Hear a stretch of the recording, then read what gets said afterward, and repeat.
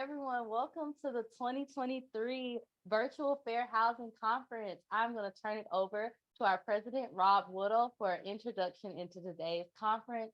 And thank you all so much for being here. Thank you, Tiara. I wanted to say welcome to the South Carolina 2023 Virtual Fair Housing Conference. I have to admit that I am out of town. I'm in North Carolina for our Region 4 leadership meetings. So I'm in this lovely hotel room, but it doesn't diminish how much I appreciate everyone taking time to be away from your business, but to be here for, I think, is one of the most important conversations around fair housing, diversity, equity, and inclusion. You know, every year in April, we celebrate and recognize April as Fair Housing Month to commemorate the passage of the Fair Housing Act of 1968, you know, that prohibited discrimination in housing. And to think about that for me was just the beginning, because, you know, just because we passed legislation, discrimination didn't just go away. It continued. And if you had the opportunity to read the book, The Color of Law, which was a book that was very eye-opening for myself and taught me a lot of things about the discrimination, and as well as the systemic racism that went on even during and after 1968, and it continues on today. We see it in appraisals, we see it in New Jersey, and we see it, quite frankly, everywhere. And part of our job as realtors in our industry is we have to be the protector, and we have to look for these things, and we have to be able to find a way to eliminate it, because it has no business here. So Fair Housing Month signifies a recommitment to expanding equal access to housing, and it's meant and a reminder that fair housing is not only the right thing to do, but it's the law. So to celebrate Fair Housing Month, I'm issuing a challenge to all that are tuned in today, as well as everyone in leadership roles in SCR. Now, it's a simple challenge to complete one of three. Now, you can complete all three. That would be even great. First one would be NAR's Fair Haven Stimulator Training. Number 2, Implicit Bias Training, and At Home with Diversity. I'm working on getting my 3. So they say 1, I say 3. So I think it can only make us better. The links for this course are available via dei.screaltors.org. So why should you accept the challenge? Well, you know, Rob, I've read a lot of books. I know this, I know that. We have to fight and combat discrimination. We, as the leaders in an industry that are on the front lines that can see it, it's part of our job. We cannot tolerate discrimination in housing. The knowledge that we can gain today can help empower us individuals to make informed decisions and to take action if you or your client see or encounter discrimination. So every small step towards fairness and equality in housing can have a significant impact on the lives and individuals and families that we help every day. By joining us today, you are taking those steps. So having said that, we have an incredible lineup. We have an incredible agenda. So I would like to turn it over to an incredible lady and someone who challenges me and is a fantastic leader. And I learn from her every time I'm around her. And that's DEI Chair Denise Franklin. And she's going to speak and introduce some of our speakers. So welcome, Denise. Thank you, President Rob. Good morning, Realtors, and welcome to the 2023 Fair Housing Mini Conference. I'm very excited about the program, but before we get started, I would like to share some SCR DEI updates with you.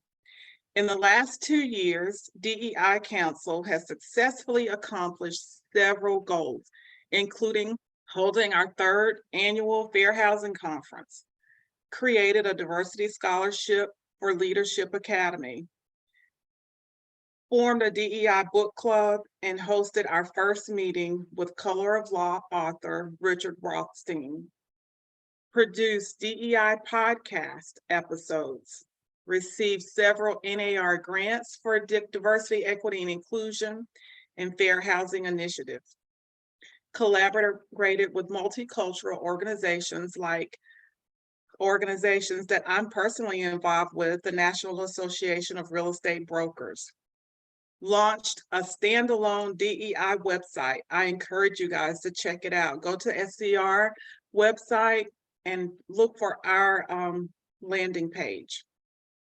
dei.scrrealtors.org, where you can find out more information about our initiatives. We've translated SCR forms into Spanish. This has been requested for many years, and we finally accomplished this. We should be rolling them out next quarter, I believe. And we even won a Fair Housing Award from the Association of Real Estate Licensed Law Officials in recognition of our efforts. And Tiara, I want to personally thank you for everything that you've done to help us get that award. We could not have done it without all of your efforts. So thank you. The DEI Council will continue to do its part to acknowledge the unfair history of housing and come up with actionable items that will ensure our members feel welcome, seen, and heard. We want you to know that your voice matters and you have a seat at the table here at SCR.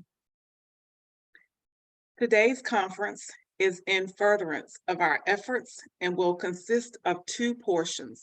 The first will be a panel hosted by SCR's Director of Fair Housing, our very own Tiara Pitts, who will be joined by several leaders of the multicultural organization, followed by a keynote presentation by Dr. Lee Davenport.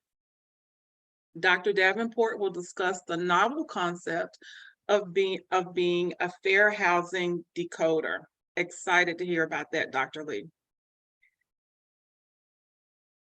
She skillfully and proactively advocates no alienates for equality, access, and opportunity in real estate for everyone. Now, I'll turn it over to our host, your director, my friend in fair housing, SCR Tiara Pitts. Thank you so much, Denise and Rob, for that welcome. And welcome Realtors to the 2023 Fair Housing Conference. I'm honored to be joined with Denise and Rob, who are truly advocates for fair housing in and out of their business, who do a lot in their communities and do a lot personally to educate themselves on these issues. So I'm just personally honored to be working with both of you. And to everyone in attendance today, I hope that you're able to walk away with this, with some information, with some resources, with a spark that's going to light a fire in you to go out and do great things in your community. And first up, I'm going to be moderating a multicultural panel, which I'm super excited about. I'm going to be joined with leaders from 3 different multicultural associations, and I will now introduce them. First, I'd like to introduce President Lydia Pope, who is the current president of the National Association of Real Estate Brokers, known as NARAB, which is a historically African-American association. President Pope is the owner of E&D Realty Investment Co., E&D Property Management, and New Era Real Estate Group. Ms. Pope has several certifications, such as her Minority Business Enterprise, her Small Business Enterprise, and Women's Business Enterprise, which shows her commitment to education and being at the top of her profession.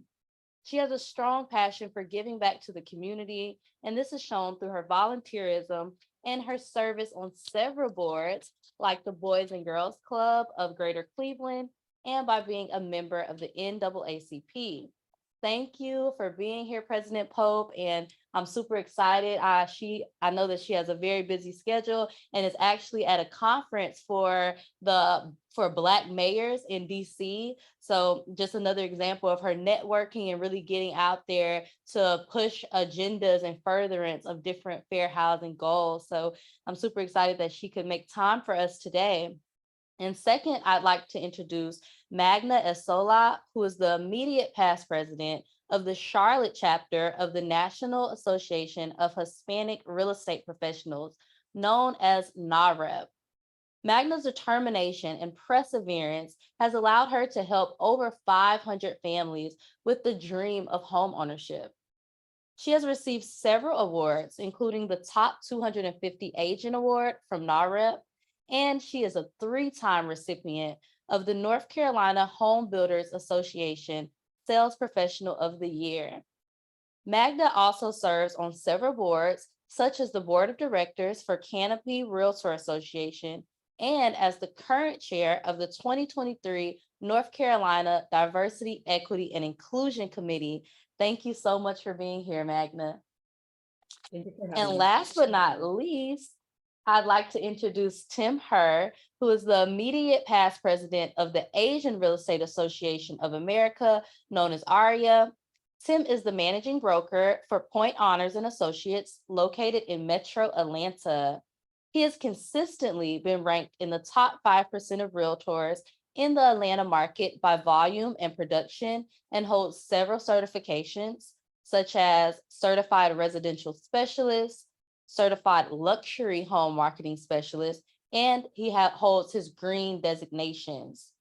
Tim serves his community in many capacities, like being the 2018 NAR Diversity Chair, and by serving on an NAR task force that was put together to commemorate the 50th anniversary of the Fair Housing Laws in the United States. I'm very, very excited to be joined by you guys. This is the first time we're doing something like this and having a conversation with various different leaders. And the purpose is to just shed light on the different cultural issues, as well as your personal experiences, how you got involved in real estate, and what we as realtors in South Carolina can be doing to be a part of the solution and not the problems. So let's jump right in. Are you guys ready for today's conversation? Okay, don't be Absolutely, nervous. absolutely excited. All right, so I'm gonna start with the easy question for all of you guys. How did you get involved in real estate? Well, and anyone can go ahead and start first. I'll start. Okay. Well, 20 years ago, I was there is echoing somewhere. I started my real estate career about 21 years ago, back in New Jersey, through a transaction that I was purchasing my own personal home, and went through that experience, went to different real estate offices as a young 23, 24-year-old woman at the time, and wanted to buy this home. And many agents that I visited with, honestly, they said that they couldn't help me. And I couldn't understand very well what was going on. So Ed from Century 21, I can vividly remember, he was the only person that said, you know what, because of our FHA budget that we had at the time, he said that, you know, I can help you. So he ended up helping us. So fast forward 7 years later, I became a real estate agent that, in my mind, that always stayed with me, that, you know, like young 24-year-old, had a small budget at the time to purchase a home. And in my mind, I said, you know what, everybody deserves a home and everybody deserves to be helped.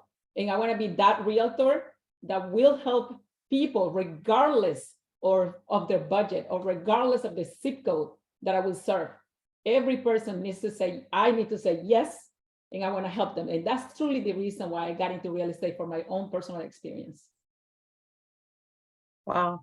Well, my name is Lydia Pope. I'm current president of the National Association of Real Estate Brokers. And wow, I have a pretty similar story how I got into real estate. The same with Magna. Almost 30 years ago, I was looking at buying a property, and the real estate agent showed me properties and didn't give me an opportunity to look in other areas, but showed me a property in a neighborhood that I choose not to desire to move into. I was trying to jump into a different avenue. I had 2 children. So my goal was about school systems and education. And so they showed me a property that I wasn't interested in. So I just backed out. I didn't do it. I decided that maybe I need to make a difference in the community. And I feel that as an African-American, we should be able to live wherever we want to live, how we want to live, without any discrimination. So I just chose to, rather than just be the problem and fuss about it, I decided that maybe if I get a real estate license, that I can help other minority women and men be able to buy houses in any community that they wish to serve. So that's really my story, is why I got into. So a little 19-year-old lady trying to buy a house in a community. And since then I bought that property, generational wealth. My children I just sold it to my son about a year ago. So that same property, I built equity, that paid for their college school, for them to go to private schooling, for them to be able to go to college, use that same property. And my son bought one and my daughter bought the other across the street. So that's when you talk about generational wealth and how one property can really make a difference. So that's my story. Yeah, I wish mine was a lot more altruistic like that. I'm surrounded by, and Lydia, it's great to see you, and Magna, it's great to see everyone again, even if it's virtual. If you follow us on socials, you'll see that a lot of us, we share the same, we talk about this a lot, and we kind of talk about and reiterate the importance of why we do what we do all across the country. And it's great to see our familiar faces again. But, I wish mine was a lot more altruistic. No, it was because my parents did not want to pay commissions. They asked me to go get my real estate license, and then, it kind of worked out right before the boom. I've been in real estate for about 15 years now, and the real estate at that time, of course, we're complaining about 6, 7, 8, 9% interest rates. I mean, that's what we were doing 15, 16 years ago. This is, we're selling real estate at like 9% interest rates, but and then the market tanked a little bit. But at the end of the day, because I was Asian American, because I was Korean American, there was a growing association called ARIA. It was obviously mimicked after the NAREB and NAREB. I think NAREB with Hispanic Latino Association kind of formed very similar at the same time, but we obviously had a great relationship with NAREB. And so I got involved, and the more you get involved, you realize all of the roadblocks and the hindrances between the different communities of color of why you can't purchase real estate, right? There's redlining, there's steering, there's lending issues. And as you get more and more involved with the community, you understand the needs of the community. And I know Lydia will say the same thing. She's been advocating for this for all throughout her presidency, as well as mine on a national level. We were always saying, hey, our needs are different, but at the end of the day, we all come together. There is a need for us to have a voice, and we cannot sit aside. And that's where I think that we come together on a national level and a local level very well, and we play well, because at the end of the day, all of us are striving for fair housing and equality for all. And I think that's what the important thing. If you don't get anything out of it today, you'll hear President Lydia Pope talk about it a lot, because that's the crux of where all of our multicultural associations really started and came from. And so it's very important to hear our stories, hear the history and why we even got here today. And then from here, what are we going to do next? So. Goes into my next question. You mentioned some of the issues such as redlining and things like that, but I'd like to ask you each specifically, what are the specific cultural issues that your different demographics are facing historically and currently in housing? Like, what are Hispanic home buyers? What are their struggles right now? Asian home buyers, what are those struggles? Can you guys kind of shed some light so that we can get, just educated and be able to know? Because sometimes things come from a lack of knowing about what's going on, or if you're not seeing it, if you're not in the communities, you may not be privy to the issue. So I would really love for you guys as experts to share what are those cultural housing issues that are historic and current. I can open up a couple of them. One of them is still racial discrimination within the communities that we're still showing properties in.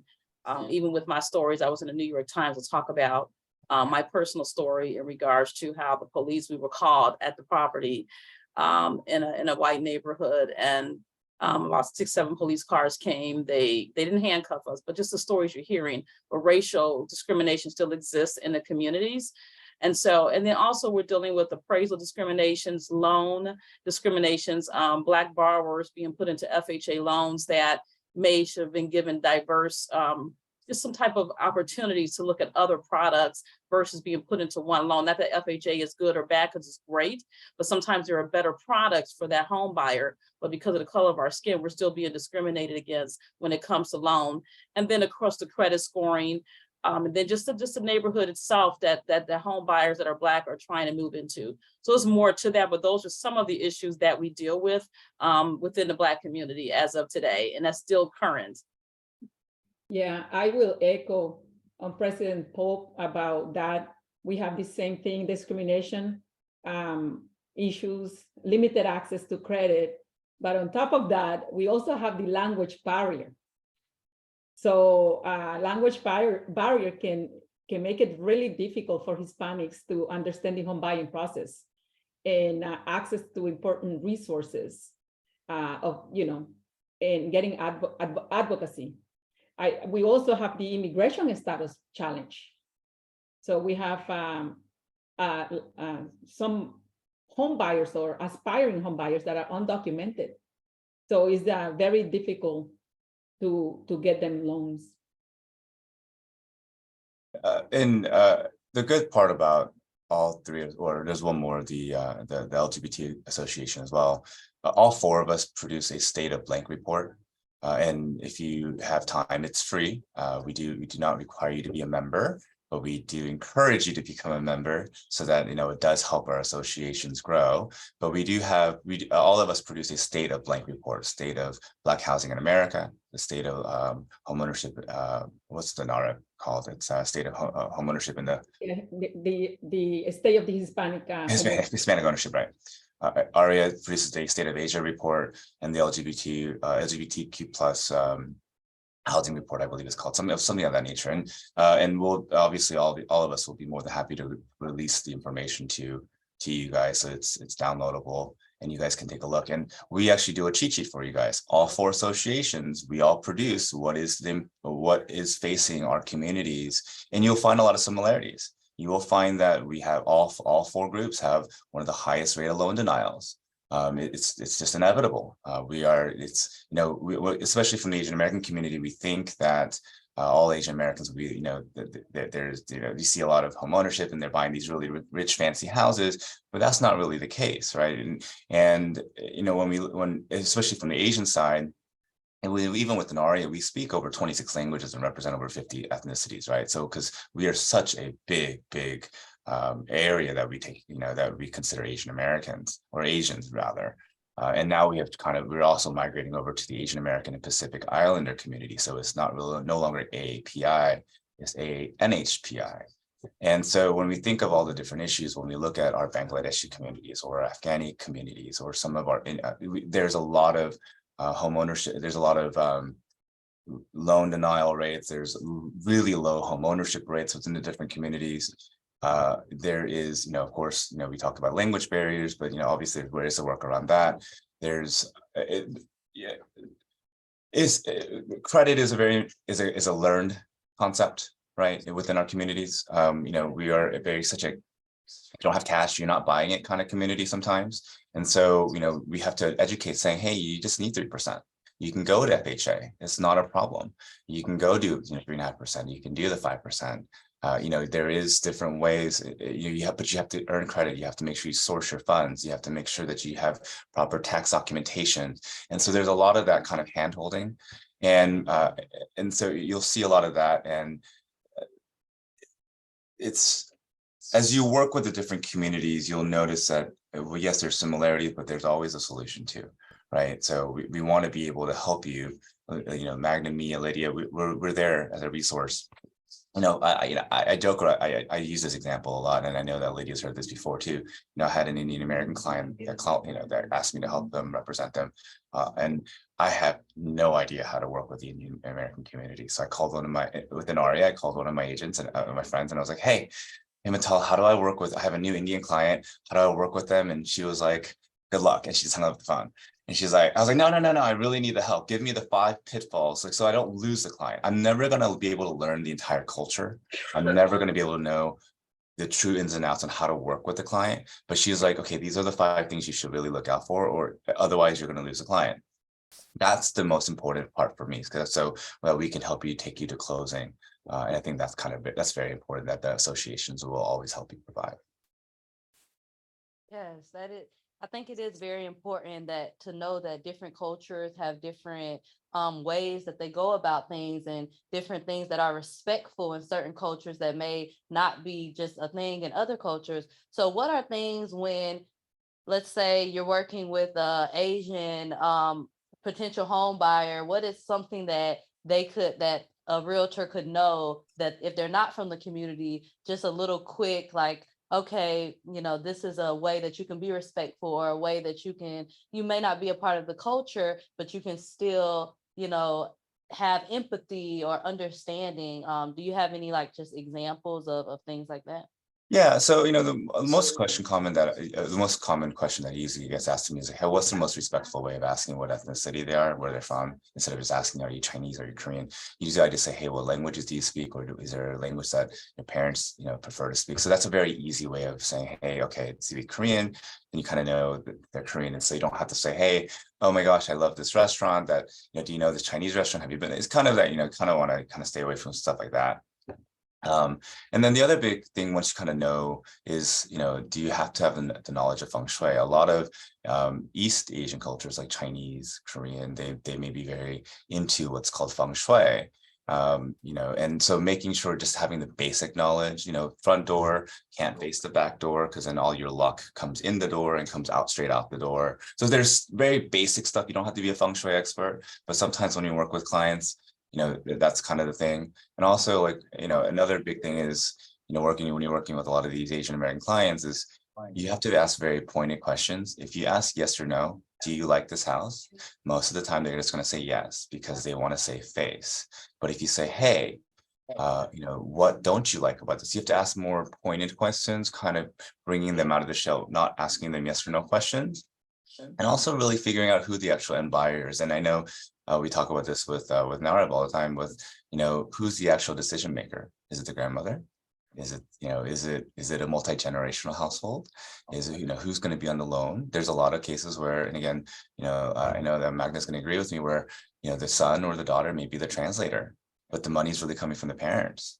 And, or, who's really going to be on the loan? Who do I really need to impress, right? Who's going to be, do I have to show this house 4 times? But in our market, showing it 4 times, you're going to lose the house. So you need to make sure that you show the house to the decision maker the first time around, and kind of get everything done. So there's a lot of kind of pre-questions you should ask sometimes, and that'll kind of save everyone some time and energy and money.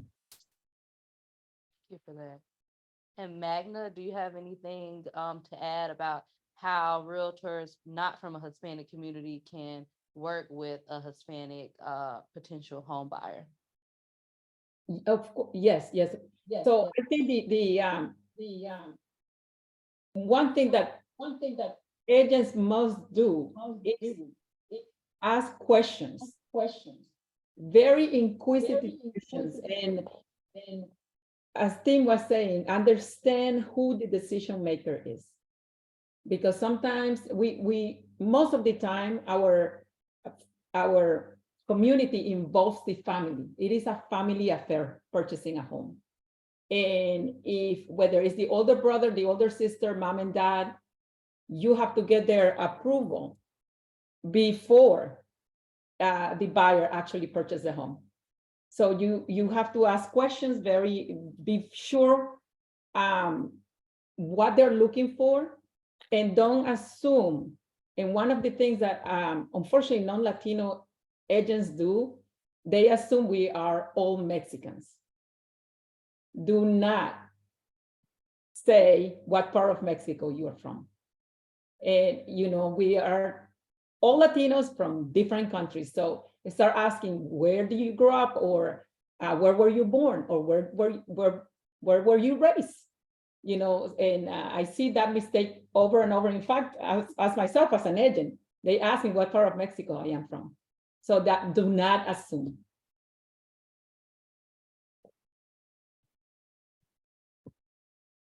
Okay.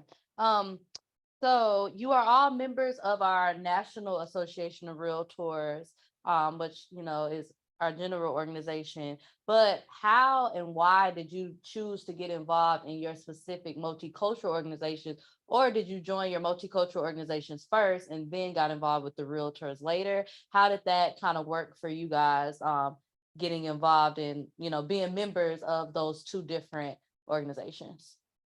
So I started real estate in 1991, so it's been a while. And when I became a real estate agent, I didn't know that it was a Black organization, professional group that I can join. And so I would just pay my dues as the typical agent, really with no knowledge. So one of my broker at the time paid for my realtor's dues.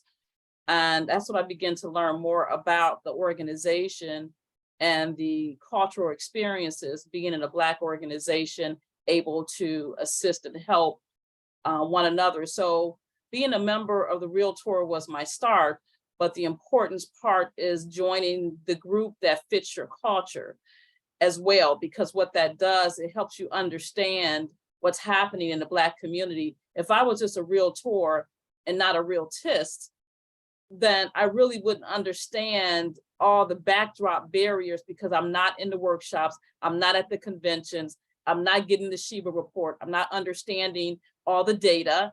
So all I just see is real estate. And there's nothing wrong with that, but as an African American, it's great until you come across the discrimination process. Then you're saying, wait a minute, at the end of the day, I'm still Black. So that's why it's so important that if you're part of a realtor, that's wonderful, but I encourage you, if you're in a Black organization, join NARAB.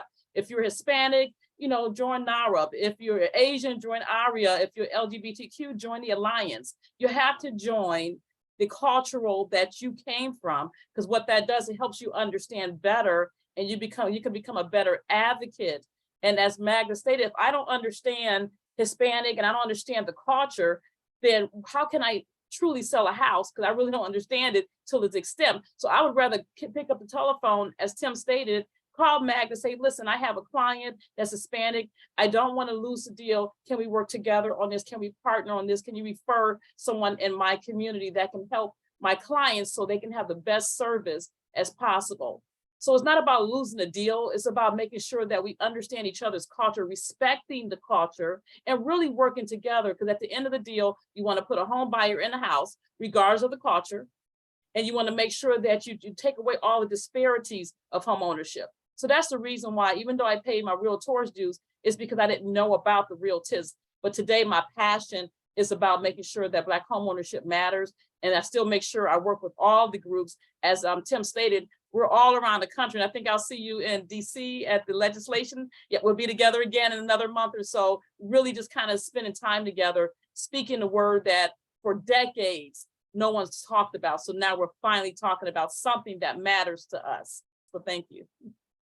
That's awesome. For me, a little different. I joined NAREP to help the organization grow in the Charlotte market. NAREP in Charlotte is about today is 10 years old, but I joined as a member 10 years ago, and then I was invited over about in 2019 to become part of the board of directors.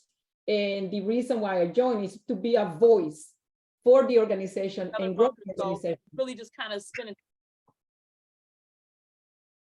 And that's truly the reason. And 4 years later, I became the president here locally at the local chapter. And I'm proud to say that during my presidency, I did grow the organization 100% in membership, as well as we got a lot of sponsors that help us with our programs.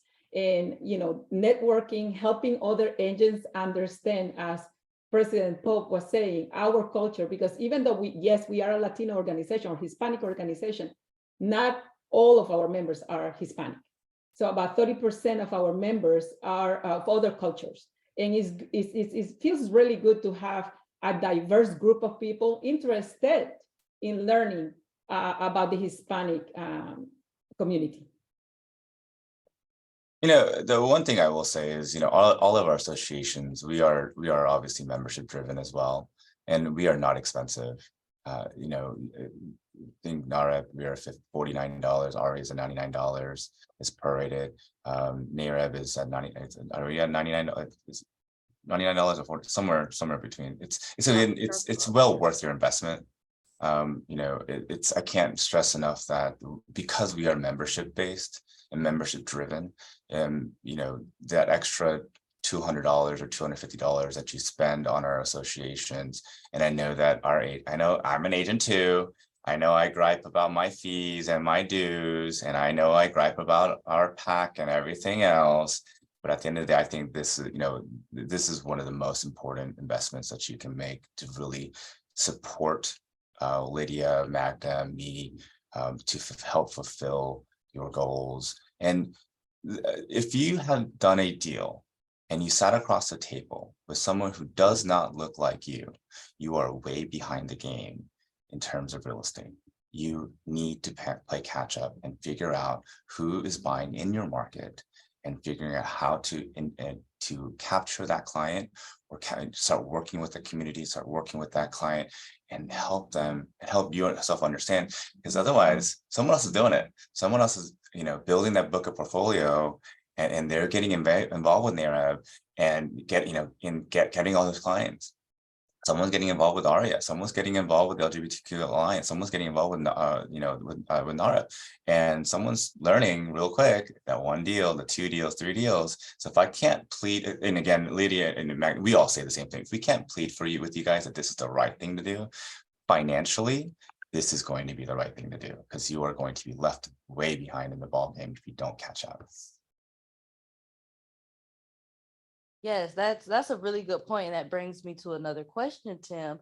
What is you all's opinion on how embracing diversity and embracing different cultures directly relates to the financial sense? Because sometimes people are tired of hearing about DEI, they kind of tune it out, or they feel like, oh, companies are just putting up a mission statement. But how do you guys see that embracing these cultural issues actually directly benefits your business? And you know, you all are realtors. This is how you make a living. So can you expand on the financial benefits of involvement in different cultures, or even just expanding your horizon to work with different type of people?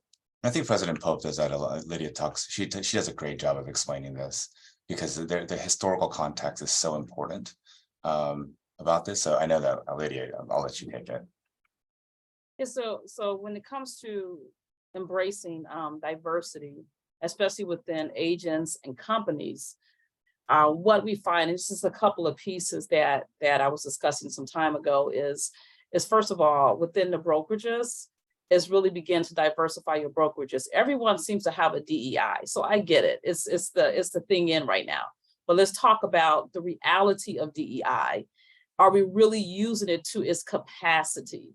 Are we really embracing all the ethnic groups? Are your boards full of the ethnicity, or is it still non-Asian, non-African-American, non-Hispanic? So it has to start there with the boards, but also had to start with the brokerages too. The brokers need to diversify their agents, you know, and then when it comes to that, utilizing diversity to its full capacity, assuring that each one of your agents are getting the equality when it comes to business and it comes to referrals. Don't just send the referrals to your friend, but never give them to anyone that's maybe a new agent, maybe of an African-American descent. You know, it can be a financial gain, but the brokerages and the organizations need to create a better system when it comes to DEI. And then I've not seen the deliverables on that DEI. Does it work? Does it not work?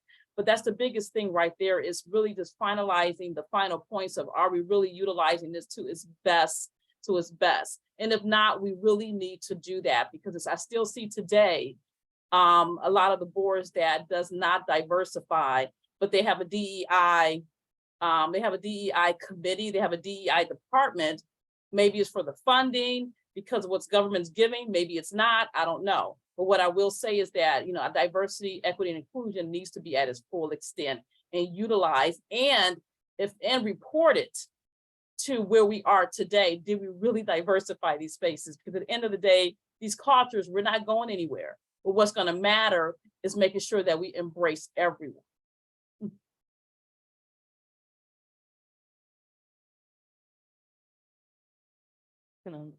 Yes, so that was a really good point about different organizations having DEI committees. But what's important to know, if your brokerage has, a DEI committee or your local board, you don't want your DEI committee to be the only committee that's diverse, because that's defeating the purpose. Because then that committee is diverse and that's the committee that's doing things, but those are normally already the people that know about this. We want to reach different people that aren't coming to these conferences and educate people who aren't already in the know. So I feel that it's important to diversify as a whole and not just on the diversity committee is where we see diversity. Yeah. We want to see that diversity in our board of directors. We want to see that in our executive team, in our leadership team. We want to see different voices and perspectives, because that allows for innovation. If you have all of the same people on the same groups making all of the decisions, then you're not going to be innovative. You're going to continue to keep doing things the way that you've always done them,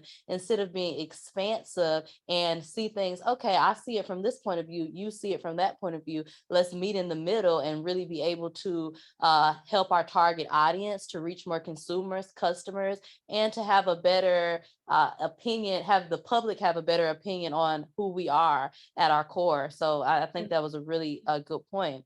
And Tiara, So I wanted to how just finalize, Tara, if you don't mind, I just wanted to mention one thing about what NARAB has done about our Realtors Week. We just came off of a Realtors Week, and it talks in regards to the diversity part of that. We came off of Realtors Week, and Realtors Week is a NARAB, as we call it, our holiday, but back in 1980, President Ronald Reagan announced Realtors Week as our historic week. And what we do that week is we talk about fair housing. We bring together the members all across our boards, our local boards, to encourage them to join NARAB. One of the things you met about meeting in the middle, what we did was we met with our realtor group we're from Cleveland, Ohio. So each board met with their own realtor group. And the goal is to have open discussions about those things as DE&I, and embracing our realtors members to be a part of those committees to diversify it. Because if your voice is not on those committees and you can't hear them, then the product or the solutions never get solved. So that was one of the things that we did do, a meet in the middle, so that we can discuss those issues that sometimes you don't want to talk about it, but it exists, so that we can find a meeting ground to diversify our board. So I just wanted to mention about, that's one of the things that we did as NARAB, we thought was really important. Not just, we brought it from the national level, but we brought it down to the local boards. So if national don't bring the solutions or bring the process down, that at the end of the day, it's still the grassroots that are dealing with the day-to-day issue, not national. National sets the standard, but the local boards or the grassroots folks is dealing with these day-to-day. So you got to have that process dwindle down from national being the voice, including the realtors, national being the voice, all the way down to your local board. So if you don't bring it down, it's hard for them to embrace it. And Lydia, you bring up such a good point about local leadership and like local involvement. So from within ARIA right now, for the past couple months, and I'm looking at my calendar right now, I'm very tired, because what we've been doing is, there's been legislations in 11 states, as well as there's some legislations on a federal level that has been being introduced to restrict the ownership of land and agricultural land from Asian Americans. There was a very big bill in Texas. There was a bill in Georgia. There's been, again, 11 states have introduced some sort of bill to say that if you are from a certain country, mainly from China, that you cannot. In Georgia, the bill was basically, it was about, I think, like 8 or 9 countries: Bangladesh, China, North Korea, some of the obvious ones, but some of the ones like China we're kind of confused about. The basic confusion not being that why the bill was introduced, but the language of the bill basically saying if you are of Chinese descent, you cannot own agricultural property within, like, I think it was like 30 miles of a military base, which is pretty much all of Georgia, which is a problem. Which also, again, and it's that's a very dangerous precedent. If there was a bill in Texas that ARIA has that was also very similar in nature, where it's basically said you cannot own land. But if the concerns of the people of our citizens is that there's nations that are buying up property, then that should be what should be attacked, right? So the bill was revised so that government entities cannot purchase property, which is the intent of the bill. I think that was the intent of the bill, and I think that's what everything was fine. But the bills are being pushed through so quickly that, there was a time where, Black Americans were not allowed to own property. There was a time where there is restrictive deed restrictions and deed covenants. We're still seeing that in legal descriptions. We are seeing, the attack on real property ownership of people of color, of multicultural groups, right? So if one state passes it, our concern is that it sets a legal precedent that it can expand to any of these states. If it starts in Texas and if it starts in Florida's introduced one as well. So if it starts in Texas and Florida and Georgia, now it's been for the past 4 months, it's like every single state has introduced something that is attacking the ownership rights of Asian Americans. So, we are working on a federal level that it's very important to keep an eye out on legislations on a local level. That's where the involvement comes from, and that's where everyone's, the input comes very much in play. And then working with groups like NAREB who have experienced that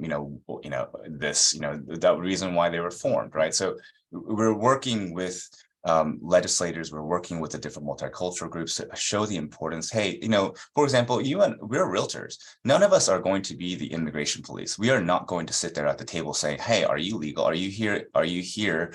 Are you Korean? Are you Chinese? Oh, if you're Chinese, I can't sell you a property because all of a sudden I don't want to get in trouble. That's a whole fair housing violation in itself. Like, I don't want to be involved with that. I don't want to get involved. I don't want to ask you what ethnicity you are, because that means it's going to start this whole line of, maybe you can't own this property, then who owns commission? Then how does commission get paid? Wait, is the seller going to get in trouble? Is the agent going to get in trouble? Is the association getting in? So there's all these different crazy bills that are out there. And that is what we do. And I cannot stress the importance of that. Again, I'm going to say it over and over, join our associations, help us fight the good fight, because the fair housing, what we think is equal opportunity for all, is not really there yet. Yes, it is illegal. The laws are there, set in place, but we are still seeing the aftermath. Black Americans are still at home ownership rates when the fair housing rates were first passed, right? I mean, that's crazy. And again, we're seeing that in the Asian American communities, and we're seeing it in the Latino communities. We have, all of us are facing with high loan denial rates that is impeding our process to get homeowner, or we're shown, again, we're getting into loan products that, that probably wasn't the correct, it's still not the correct loan products right now, right? So, or again, I'm talking about these deed restrictions and these legislations that saying, hey, if you're Bangladeshi, if you're Chinese, you can't own properties. Now, again, the intent of the bill is to say, government, you can't own it. Fine, get it. That's what it should be. But the way all these bills are written, it's these crazy bills that are coming out again. So, and that is what we do. We are an advocacy organization to help you sell more property, to help us get more homeownership rates within the respective communities, and this is how we do it. Yeah, and on echoing on what Tim said in Lydia, we are membership organizations driven. So the more people join our organizations, the bigger our voice become. We cannot have this small voice. So if we want to affect change, we need to be part of that change and join these organizations. And going back to Tiara's question on how embracing diversity can financially benefit the agents, when you are very knowledgeable about different cultures, you are able to serve a wider group of people and provide better customer service. You are able to do that. So going to different organizations, saying I belong to all of them. I am a member of LGBT Plus Alliance, NAREB area in my own organization. So I encourage each one of you guys to become members, or if you don't want to, but I'm free to answer any questions you may have. And we use us as resources.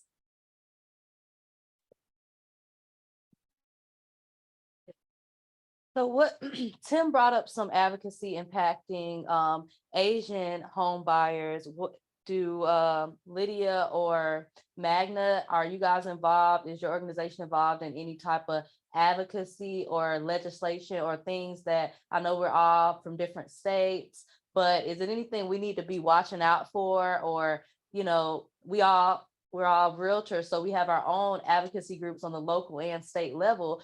sometimes we don't know about the different bills that are being, like, I wasn't aware of that bill that Tim just mentioned. So is there anything that you guys want to put on our radar advocacy wise, that, or certain bills that are discriminating against certain cultures that, you know, we might need to take a look in, we might need to support? Is there anything that you guys want to get out there as far as advocacy or legislation that's currently affecting communities?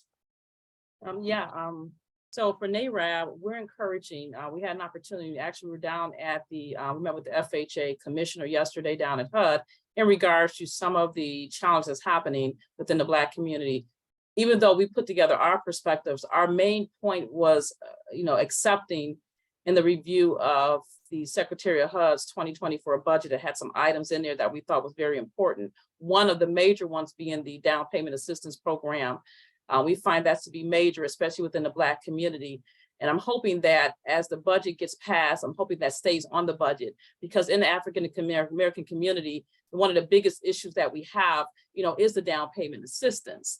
Even though the down payment assistance are available across the country, it's there in your states, your housing finance agencies. Many times we don't qualify because of either the debt to income ratio, because of the student loans, or because the credit scoring that's in the Black community that's not as high. So there are some barriers that we have. So those down payment assistance and also the special purpose credit programs are major. And what folks didn't realize is special purpose credit programs has been out since 1971. I think I was about 2 years old when that happened. So to bring these items back to us, to the community, and it's been for so long kind of hidden underneath the fence, is good that we're beginning to elevate and activate some of these bills, some of these down payment assistance programs, and some of the resources that are really, really good and important in the Black community. But for NARAB, our focus is really on the budget, and also our focus is on in regards to the special purpose credit programs. We have a lot of other items in our Shiva report, but we pull that out of it because really that's really what's important. And we find not that all are not important, but this is a major importance, especially in the Black banking, in the banking industry for Black Americans. For us, very similar, access to credit and immigration. So we were in March in Washington, DC at our advocacy meetings, and we advocate for that. I'm not a policy expert, so I really don't know the bills, but I know that we support to be able to have immigration reforms so we can legalize undocumented Hispanic families. Yes, thank y'all for that. And I'm definitely going to do my part to look up some of those legislations and see how we can, help with those things. So I know you all mentioned that you encourage everyone to get involved with the Multicultural Association. So how would a person go about getting involved? And, let's say there is a local chapter, but also what if there is not a local chapter in the area, but they still want to support the mission? How can a person get involved? Or, maybe if they, let's say, any ways that they can get involved, whether that's by donations or by membership, how does a person begin that process? For NARAB, our website, our national website, NAREB.com. So it's NARAB.com. And there's a slew of information about membership. If for some reason there's no local board in your area, there's no state board in your area, then you can actually be what they call a member at large. So your membership is important to us. So if you go on the website, it goes over all of our membership information, how does the process work? And then it allows you to look for a board that's in your state that you can be able to join. But once you become a member, you get all the information, all the newsletters. So we keep you engaged, and even the Zooms and the legislative policies that NARAB is working on and adopting. So these are things that you'll get quite a bit. We put out a lot of good information on our national website. For us as well, same thing, website will be NAREP, NAHREP, Charlotte.com. We are the only local association in North Carolina. We are about to launch the new one in Raleigh. And for, as Tim said, for $49, you can become a member. we also hold events, national events, and as well as local events. And you can get involved as a member or also as a sponsor if you like. And all that information is on our website. Same with AREA, it's AREAA, aria.org. And you can, again, just like all the other associations, either join the local chapter or you can join as a member at large on the national level. I'm sure Tiara will be more than happy to send out the state of blank reports as well as the links to our respective associations. And if we get more membership, we'll give it back to South Carolina and say, hey, South Carolina increased. We just doubled our memberships. And we'll show that how the South Carolina takes their diversity and DEI seriously. So we expect a huge bump in membership within the associations. Yes, thank you. And one of the things South Carolina Realtors did, our DEI approved for myself as the staff liaison and one member to attend all of the national multicultural conferences. So I will see you guys in Houston, Chicago, and Miami. So I'm super excited about that. And can you speak to those conferences and what happens at a AREA conference, which I've never been to one, so I'm really excited to go to that. Or what happens in Houston? What are the topics? What can people gain from coming to a multicultural conference? Oh, you'll enjoy all three conferences. Have a different feel. We all love to enjoy each other's presence. I'll say that in a very nice way. So you'll find, so AREA, there's always, there's all of us will have an education component. We have keynote speakers. We're doing it at the Sofitel Hotel. This year is a little special because it is our 20-year anniversary as well.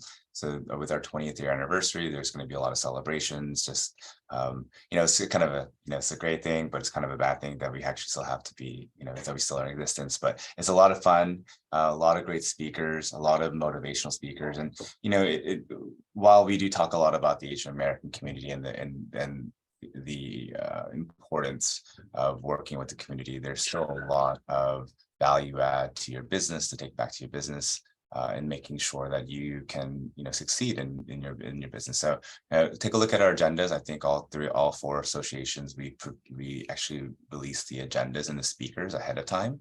And we all, I think if something is there to pull you in to say, hey, this is something that I want to go see, that's the reason why you should come. Yes, the conference for NAREP this year is for first time, it's gonna be in Miami. It's normally held in San Diego, and we're gonna have it in the East Coast. So I'm super excited about that. Same thing is where what I said, culture, networking, and education intersect. So we have educational, we have a huge networking events as well as cultural. So we have worldwide recognized Latino artists, singers and actors, and we interview them, and we have keynote speakers, and the educational sessions are out of this world, and the connection with people is incredible. So I encourage each one of you. Our national convention will be from September 27th to the 30th to go. It is just something that you will not regret doing. Right. And for NAREP, our conference is going to be this year, August 1st through the 6th in Houston, Texas. And I do concur with all my colleagues. It's going to be awesome. The networking, and we bring the culture to our conferences. The workshop's going to be phenomenal. And really talking about networking, building businesses, how to make money, growing your business, dealing with our 5 pillars of Black home ownership. One of our biggest pillars is our faith-based and our community engagement, where we go out to the churches and we partner with the major churches. One of our community engagements today is AMA, African American Mayors Association, where we blend our membership within the industry to build business and to build partnerships. And even at our churches, we give those leads out to our Realtors members across the country who could be able to sell properties to those. So these are things that you're going to learn how to do. We do certifications from our faith-based certification all the way to property management, our NID to become a HUD certified counselor. If you're interested in that, come to our conference. You'll learn more about our NID housing counseling agency. So there's just so much information all within a short window, but you can't stop there. Once you get that information, you got to make sure you're attending the conferences, make sure you network, because you have to put your everything into it. And like the others, I enjoy the conferences. And I just think that it's a great network in how the three organizations, well, four, the Alliance is not here today, how we all get together and we just support one another and support each other's conferences, and we support each other's cause. So yeah, please come. NARAB.com is on the website, all about the information on our national conference. Yes, thank you guys. And I'm really looking forward to that cultural experience. So why is home ownership important in generational wealth? And can you guys give any advice to aspiring home buyers or renters who feel like, oh, I'll just rent, you know, it's not that important? Why is it important? And why is it always a good time? Even with the interest rates right now, you know, some people say, oh, it's not a good time, I'll just wait. Do you agree or disagree with that? And how does that reflect the overall need or a want of building generational wealth through home ownership? I like to tell my personal story. I came to the US in 88, and 5 years later, I purchased, my mother and 5 siblings, myself, purchased our first home. And the interest rate was, I believe it's 8.25%, 8.5% variable rate. And we have saved $30,000 to purchase our home because we didn't want to rent. We wanted the American dream. And so that was 1993. We purchased our home in 93. And 5 years later, we sold that home at a $300,000 profit. So building generational wealth through home ownership is the real deal. I know people right now are thinking, oh my God, the interest rate is close to 7%. And keep in mind that at the time, once again, we were 6 siblings and my mother, 7 people were on that loan, 7. But we decided not to rent anymore. And because of that, after we sold that home, we ended up buying each one of us a home. And my child and my sister children's 18 years old buying a home, but it started with that one home. So the generational wealth equity that you gain, appreciation, tax benefits, and basically you're forced to save. So I encourage people to, if possible, if you can afford it, to buy a home, and don't be too worried and concerned about the interest rate, because the interest rate changes. Not the price of the home will appreciate, and you can become financially free through home ownership. So for me, when it comes to home ownership and building wealth, and advice to aspiring home owners or home buyers, I would say, is first, one house to build your equity, one property to send your kids to college, one property you should be able to buy the things that you need in life. One property can really be a great equity builder if you buy your first property and allow it to be able to gain equity. Now, in the Black community, it may be a slower pace because we're dealing with the inequities of appraisal biases and racial discrimination. But however, the equity of buying a home is the best asset that a person could ever own. Owning land is the best. When it comes to renting, your rents are constantly increasing. And even in today's market, investors are buying property, the rents are getting higher. So it's really difficult to begin to save.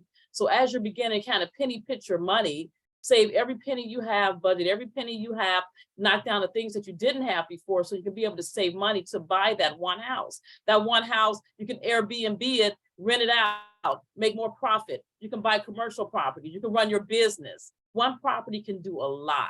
And what a lot of folks don't understand, that even if you may not want to be a homeowner, you have to understand that you have to live somewhere. So do you want to own it or do you want to rent it? So that's important. If you're young and aspiring, or if you're at an age where you feel that you want some retirement, owning a home to me is the more stable way to be able to have successful when it comes to generational wealth. I mean, I echo the sentiments too. I mean, I'm always like, hey, you know, as a first-time home buyer, you get the first-time home buyer credits and minimal down payments. Because if you try to go out and buy an investment property, you know, you have to put down a lot more down payment.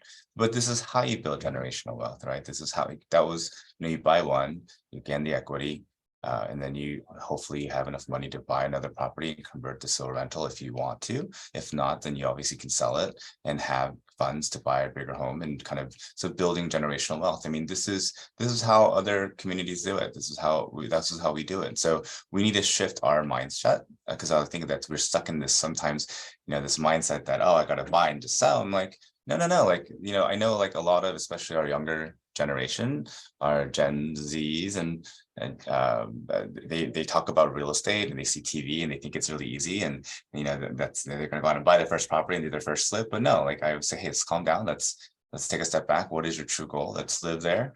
Let's get you into the property and let's get your feet wet and let's build your wealth. And that's how I build my book of business, especially for the younger. You know, most of my younger clients have said, I want to buy a house at least one every 2 years, which is a great, fantastic goal. I mean, I think that, you know, Lady and Magna, we all have clients like that because that's what we've been preaching.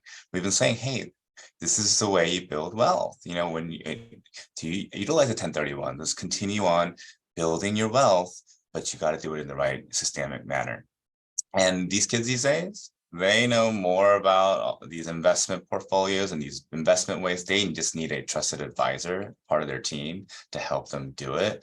But they'll pull the trigger if you, as long as you teach them how to do it. And I think that's another key thing that we've been stressing is it's not, you know, it's not our parents' generation anymore. Kids have to get out of Mary Tyler Moore, right? We all have to get out of our parents' basement eventually, right? Yes, I'm a lot older, so I know Mary Tyler Moore, but you know, so we just got to kind of work with that and say, hey, look, the next generation of real estate wealth building is different. It looks different.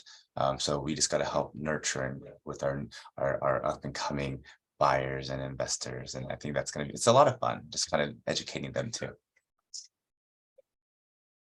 Yes, thank y'all for that. So what about sometimes some of my friends or some of my friends that don't already own homes, their opinion is, oh, I have to save up a lot of money to buy a home and I'm not in a position for that, or I need this percentage of the house property as a down payment.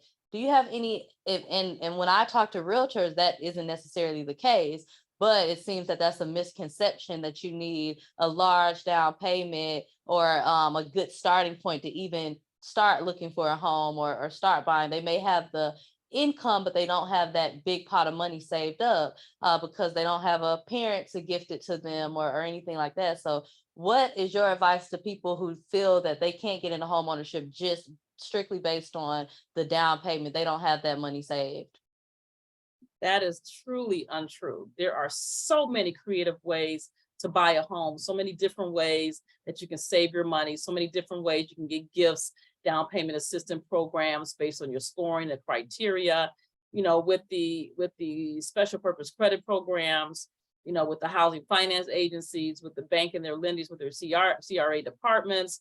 There are some funding that's out there, and even the gifts from family can be of greater wealth. But we have to also remember, even within our Black community, we still have the generational gap when it comes to wealth building, when it comes to saving down payment, because of the high rents and other issues that have happened through disparities.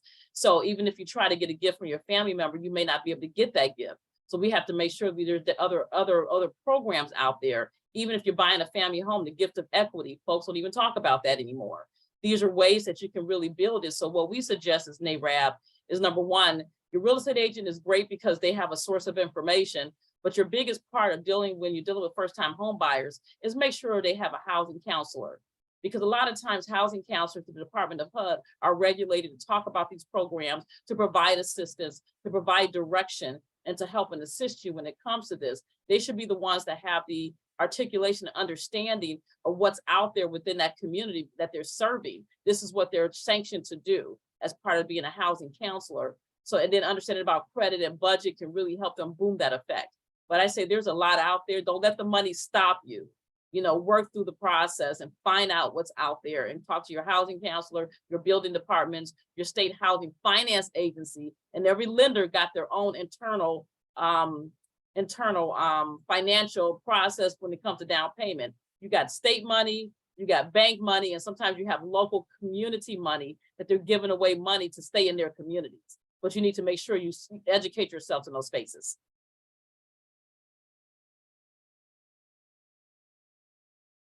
Yeah.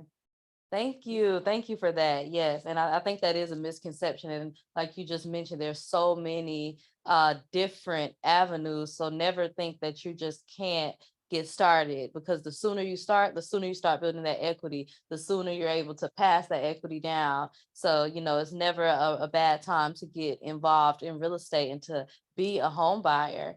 And you each are involved, of course, in your multicultural associations, in the realtor associations, but you also do a lot of work in your communities. So why is it important to volunteer and not only be in organizations, but hold those leadership positions?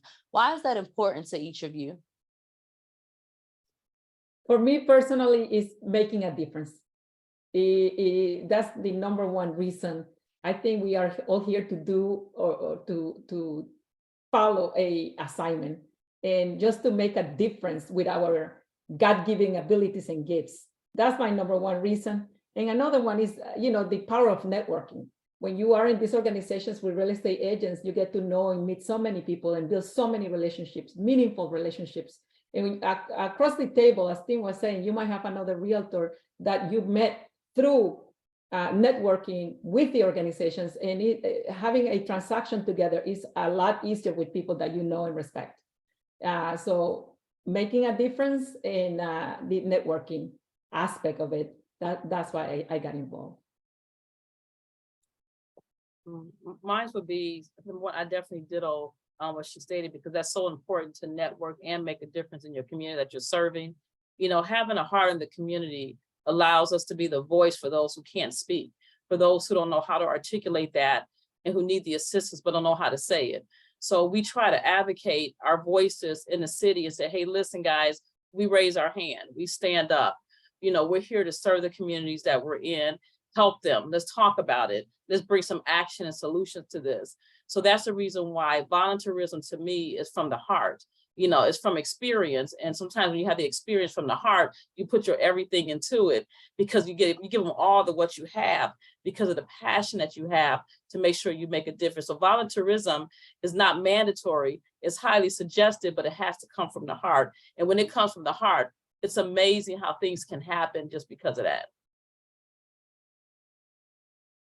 I echo the sentiments of the two wonderful ladies right before me, because that's who my mentors are. So that's who I'll say the same thing.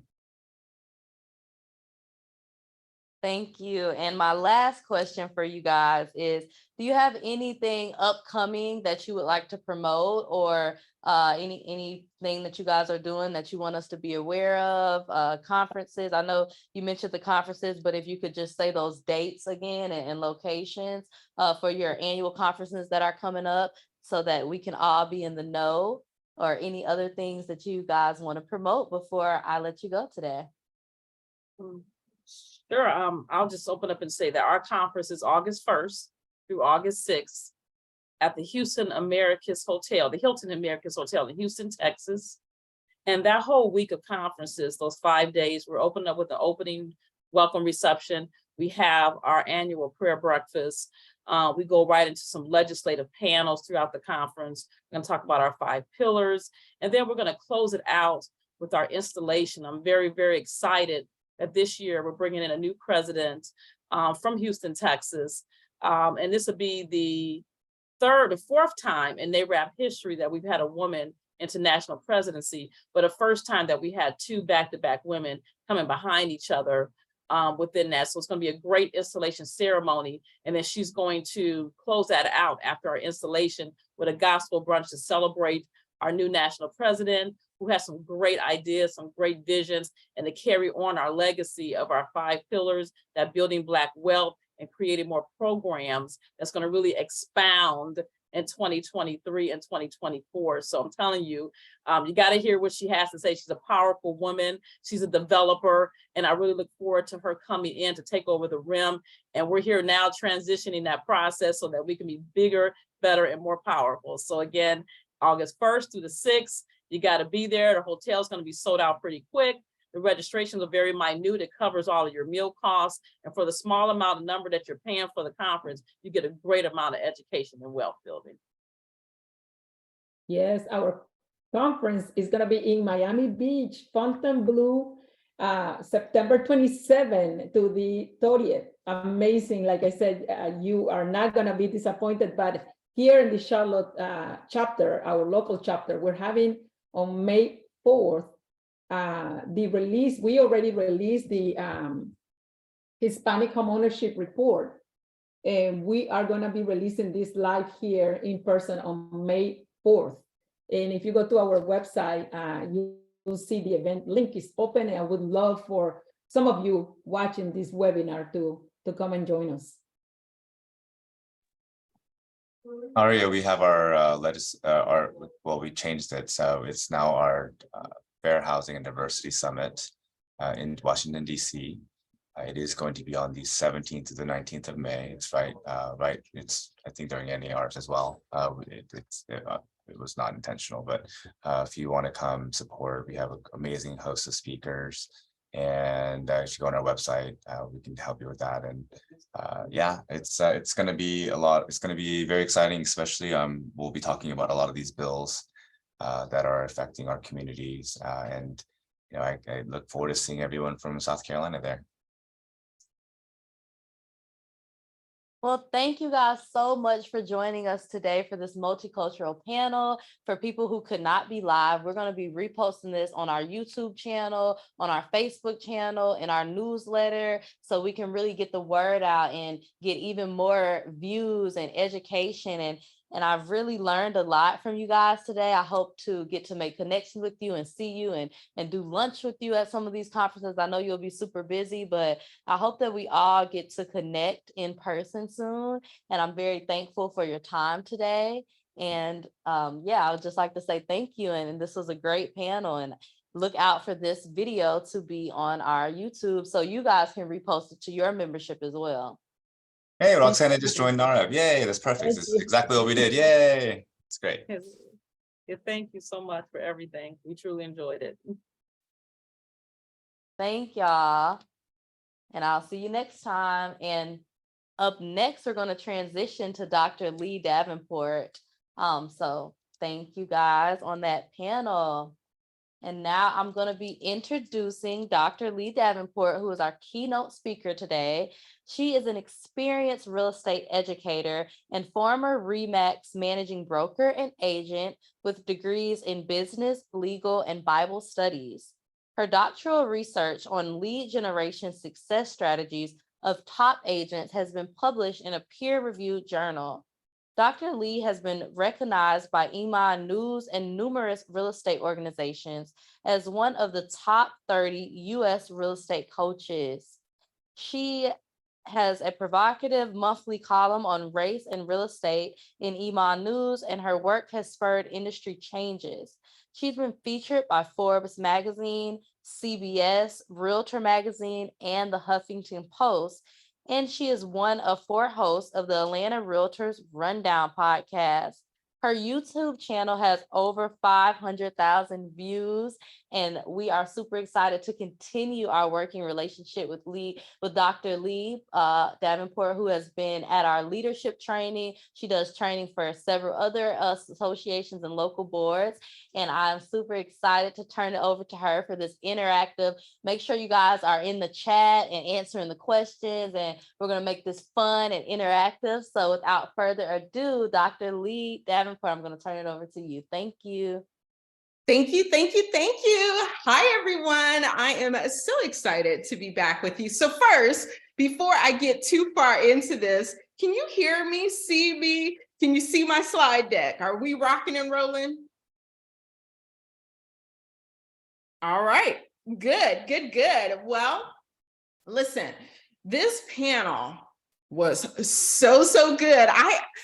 I feel like, you know, they stole most of my material, but it's okay, because we're going to talk about some of the things that they mentioned. But even as I was saying in the comment section, I'm going to expand. I want to go a little deeper. I know most of them had to get off and run. So I've got a little more time with you. So we're going to take a deeper dive on the screen. Listen, feel free. You can reach out to me if you have questions, because what we're going to talk about today is from a 6-hour class. So I am going to do my best that even though I'm going to expand on what Tim and Lydia and Magna just shared with us, which was phenomenal, it's still only going to be scratching the surface, right?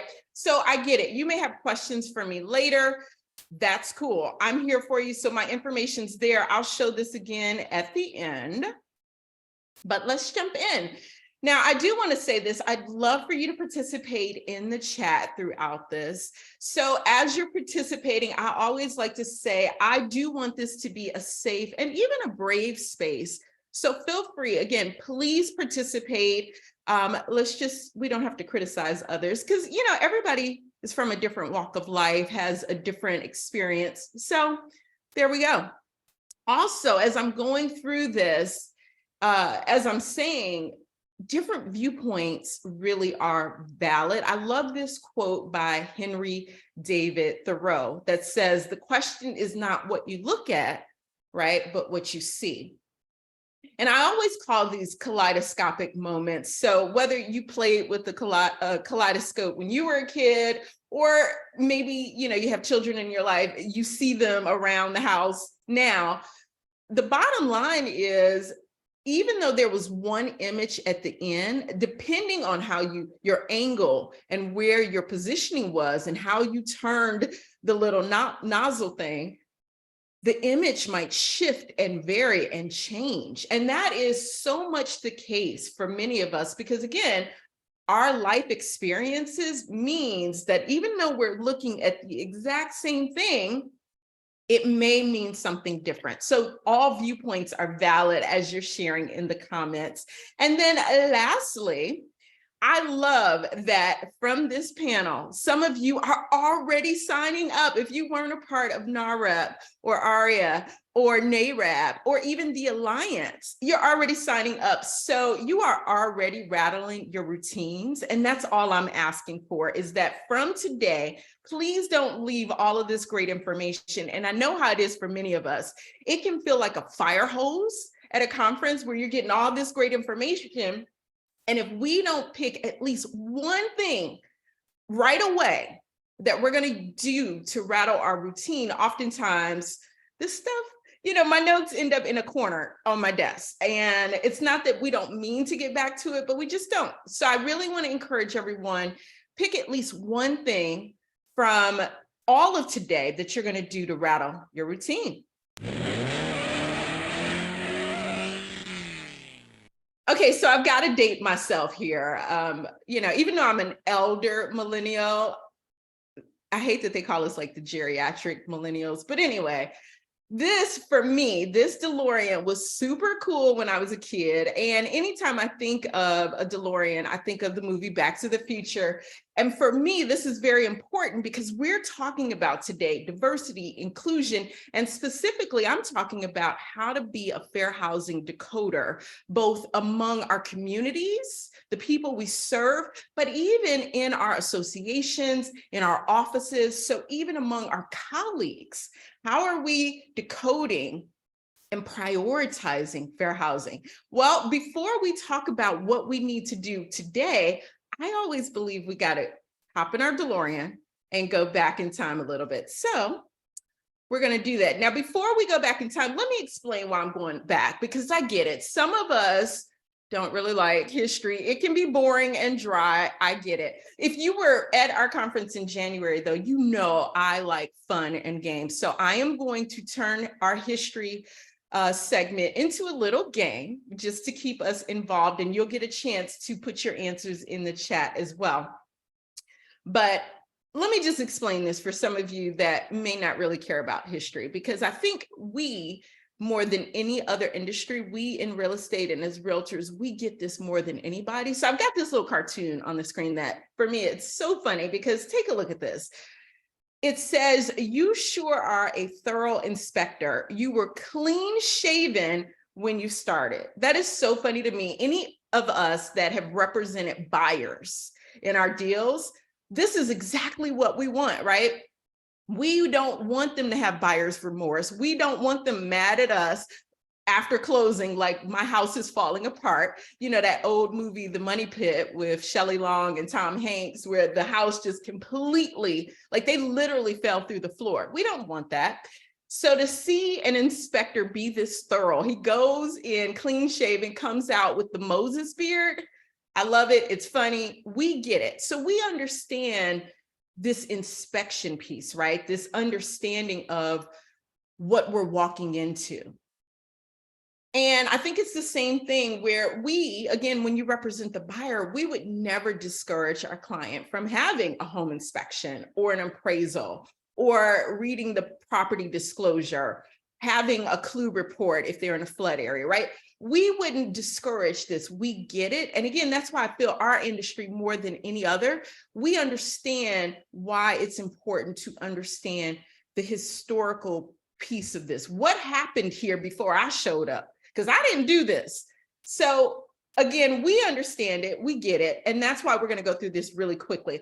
Now, I know I mentioned this briefly, even when I was with you all in January, but I'm going to make this into a game, but I just want to give some of the drier stats first that is important for us to recognize and remember. So first and foremost, before we even talk about today, this month, April, whoop, whoop, this is the 55-year anniversary of fair housing, which is a beautiful thing. And I think this is a great month to just recalibrate, right? It's not that we don't celebrate fair housing and honor fair housing the rest of the year, but this is a great time to say, hey, let me reassess, let me see what I'm doing, let me see how I can be better. How can I level up? And I love that even with what Tim mentioned during the panel, the fact that some folks were like, hey, I didn't know this was happening, particularly you all in South Carolina, right? I know some of you may have licenses in other states, so you may work in Georgia, but I'm in Georgia. So in Georgia, this has been all the news, right? But that makes sense. It makes sense that in different parts of the nation, we may not always be aware. So this is the month, again, for us to recalibrate. So April 1968, unfortunately, the reason why, though, fair housing, after decades of a back and forth and protests and even riots, just to get people to acknowledge that housing should have equal opportunity and access for everyone. Sounds really basic and simple today, but it wasn't then. It took the assassination of Dr. King in order for it to finally be passed. And I always like to share this again. I shared it in January, but it bears repeating. You know, President Johnson at the time said, listen, I want this to be a memorial to Dr. King. I want this federal fair housing legislation to finally pass by Dr. King's funeral. And so it was. So a horrific way to get to federal fair housing, but I am very thankful. May 1968, we had the Truth in Lending Act becomes law. April of 1969, so 1 year later, they have an all-out red carpet celebration, celebrating 1 year of fair housing. So that was the start of us getting excited about fair housing. And I think that is so important today. And I love that President Rob has a challenge for everyone to take at least one of the different NAR initiatives, from Fairhaven to the bias override to the At Home with Diversity, right? Any one of those. So all of these things are ways for us to stay on top of our game. 1970s, we get all types of things. We get the Equal Credit Opportunity Act. We get Age Discrimination Act becomes a thing. Fast forward, we get the we get the basically Housing for Older Persons Act, which is 55 plus exemption. We get, just in 2021, protections for sex, including gender identity and sexual orientation. So in these 55 years, we have absolutely come a long, long way. And I'm very thankful. Now, are we done? No. Can we always improve? Can we always level up? Absolutely. So these are the things that got us here. And again, I said this in January, so again, some of this is a recap, but it's so important to know that it took a quest to eliminate racial discrimination in housing. That was really the fire, the impetus that really started this federal fair housing legislative journey and lending, fair housing and fair lending journey. So it took that, and then we had all of these additional protected classes over the last 55 years. So in looking at all of these things, again, let's go back. Let's look at why the fight for fair housing was so contentious, what got us to that moment. And the reason why, again, I want to share this is because we're seeing it again. I'm so glad that Tim brought up what is happening with the legislation, because some of you may or may not know, but exactly 100 years ago, there was also legislation to block and ban Asian land ownership. So we are, I almost said, repeating history. I know historians like to say history doesn't repeat itself, but it does rhyme, right? So let's go back. Let's look at some of this history. This is very important because then we can better recognize some of the things that are happening today, as well as we can make better decisions going forward. So we're going to go back a little further. As I said, this is from a 6-hour CE class. I am not taking you all through all of that. Like I said, I'm really going to do my best to just try to pull pieces from each section. So how did we get here? What's the state of fair housing today? And where do we go from here? Okay, gang. So we are going to play a Jeopardy game. Now, hey, Mike and Tiara, I'm going to need your help because I'm in full screen, so I cannot actually view chat. But if you guys could help me as we play our game, if that's okay, or anybody, if anybody's able to unmic and just help me once we get to that, I'll appreciate that. Okay, let's get into it. I won't belabor this. We'll just go through a few of these. I like the game Jeopardy when we're talking about unfair housing, because we're literally talking about when fair housing was in jeopardy. So let's take a look. Now we're going to look at a few things in South Carolina, but actually I want to give us a very broad overview of the entire US, because here's the thing. It was never localized to just one area, one pocket, unfortunately. It feels that way sometimes. You know, I'm in Atlanta, you guys are in South Carolina, so we're all in the South, and sometimes the South gets a very bad rap. Like, it only happens here. This is the worst place to live when it comes to equality, but that's not actually true, unfortunately. So let's go through some of these. If you've never seen or played Jeopardy before, I'm going to give you the answer, and you're welcome to give me the corresponding question. Now, I won't be a nitpicker, so if it's not exactly in the form of a question, don't worry about it. But again, feel free, share in the chat your thoughts. So let's start off. Here's the first thing. If anyone is an elder millennial like me, or maybe a younger Gen X, you might have played as a kid Oregon Trail.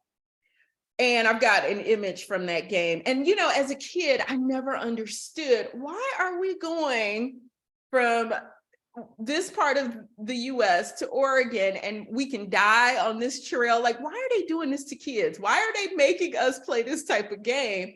But now, understanding more the history behind it, I get it. It was actually a very good model of what was going on during that time. So here's the answer, and I want you to give me the question. So it says, when Oregon's Constitution was adopted in 1857, and again, remember, I'm giving you a cross section of the US, this affirmative action was offered. So any married white man could receive up to this amount of acres of land free of charge if he chose to settle in Oregon. Anybody know what that is? Any thoughts?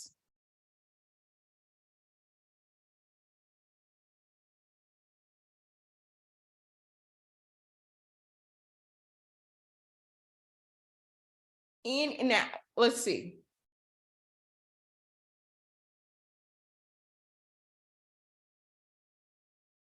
Dr. Lee, did you, I could read these for you. Please, yeah, because I don't want to go off a full screen because then you guys will see all the craziness in my background. Okay, so we got a bunch of different answers. We got, someone said you died of dysentery. We got, haha, Oregon Trail. So we got 40, 250, 50, 100, 40, 10, 5, 10, 200, 50 and a mule, and another person who said 50 and a mule. Okay, so first, I love the answers. Second, I love that some of you have played the game, so you get it. You know what it is.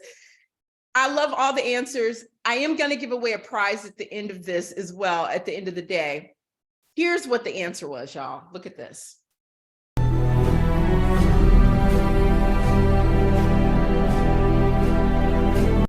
So if anyone has watched Yellowstone, the TV show that's out right now, I absolutely say move over John Dutton, because 1,300 acres, then I understood the Oregon Trail game. It made sense. Like, oh yeah, no, I would totally risk it all to go and get all of this land.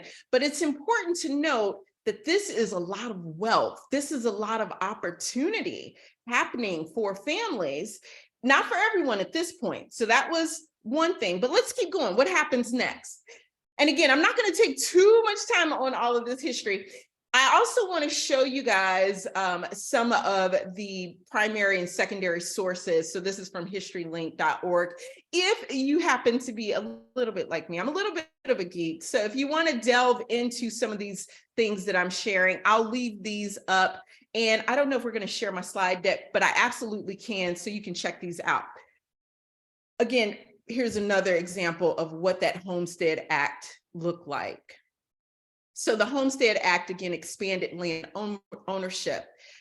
Now, fast forward, we have the end of slavery, thankfully, and now we're at the start of the 20th century. Talk to me, gang. Knowing what we know, so knowing we had this land rush just a few decades before the start of the 1900s, what do you think about this? So at the start of the 20th century, these racial demographics bought land and beautiful homes in all sections of LA, free from restrictions. What groups do you think that was? Talk to me in the chat, please.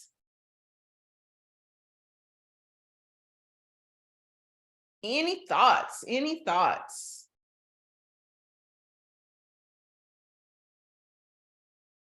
Married. Okay, I'm going to read these out to you, Dr. Davenport. Someone said Sure. married white men, or white men in general, white families.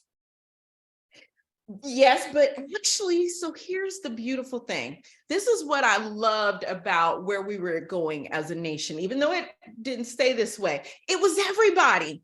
So we go from the middle of the 1800s, where you're getting these homestead acts, you're getting these opportunities to really not just go to Oregon. I shared that as one example, but there were obviously numerous opportunities throughout the country where you could get a lot of land for almost nothing or nothing, right? So little or nothing.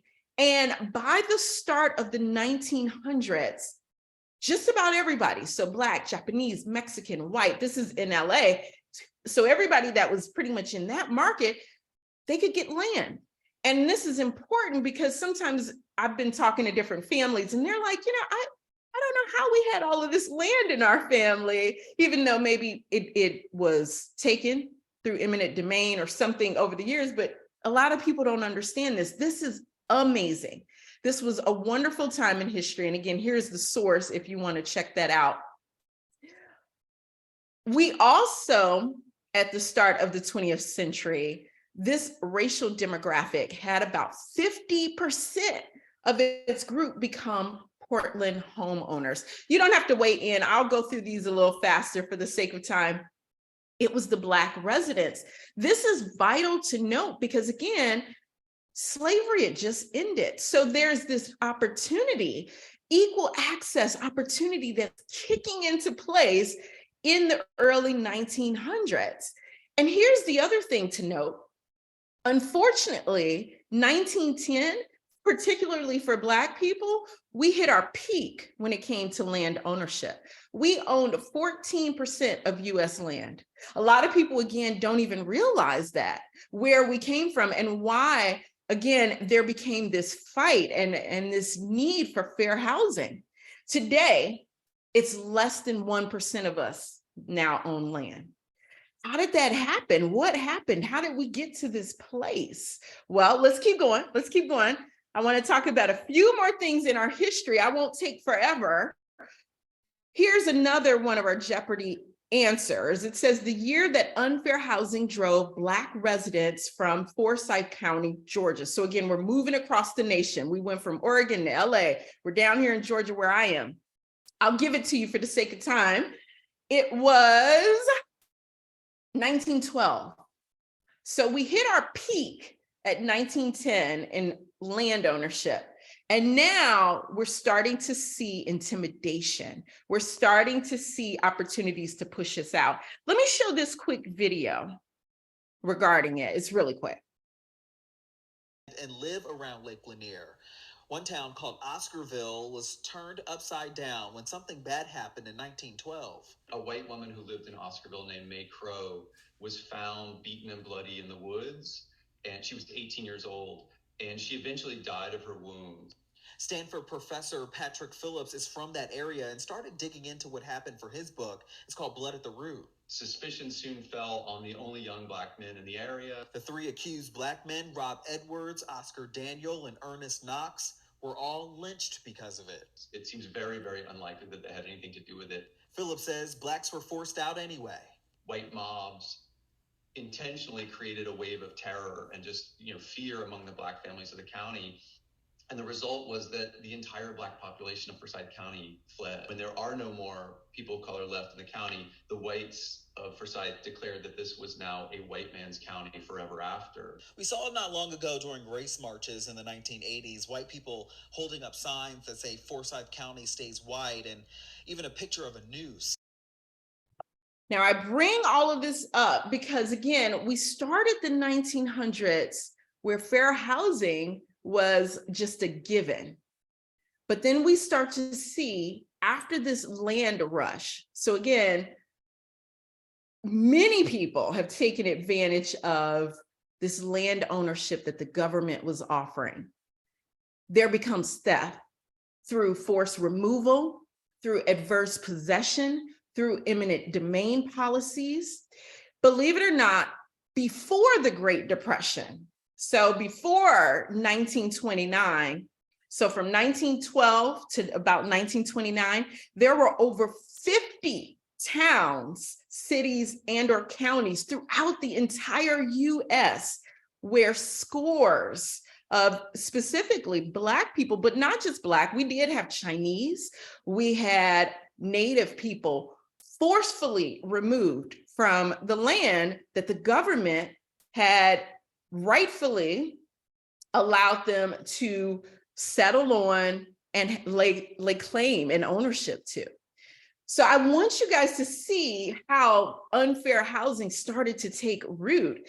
And I always talk about how my grandmother, she's in her 90s, but this was all in her lifetime. This is her lifetime. So this is not some ancient history. This is actually pretty recent history that, again, impacts what we're seeing today. Okay, I'm going to fast forward a little bit. I'll mention this one. So this is the year that the Supreme Court validated racial deed restrictions. This year was 1926. Okay, so again, notice the progression. We go from everybody's getting land to now people are being forced off their land to now deed restrictions can actually say like this, hey, if this family is not white or Caucasian, then they need to leave. So if they're Asiatic or Asian, Mexican Indian, American Indian, Negro, Filipino, or Hindu, they can't join us. So again, just the progression. In 1927, this organization created a model clause, basically the template for deeds promoting more racially restrictive covenants. Unfortunately, It's me. Hi, I'm the problem. It's me. we were the problem. That is a known history. But one thing that I love about Fair Housing Month and just the initiatives that have really taken place over the last 55 years is we have an opportunity to repair and to not reverse that history, but make sure, again, we are a part of the solution going forward. How are we doing that? Well, this is what we're seeing across the nation. And I just want to challenge you all in South Carolina. You may have some local initiatives, but even doing it on the statewide level would be awesome. What we're seeing in some parts of the nation, like for example, here in Missouri, with what I have on the screen, their realtors have been lobbying lawmakers to get those restrictive covenants stricken, removed. Why is that important? Well, I always like to share my own personal story because my parents have been in the same home for now about 30 years. I think this is exactly the 30th year. They live in, I'm doing air quotes, y'all, an exclusive community in Detroit, Michigan. And what I do air quotes around exclusive because that's not a good thing.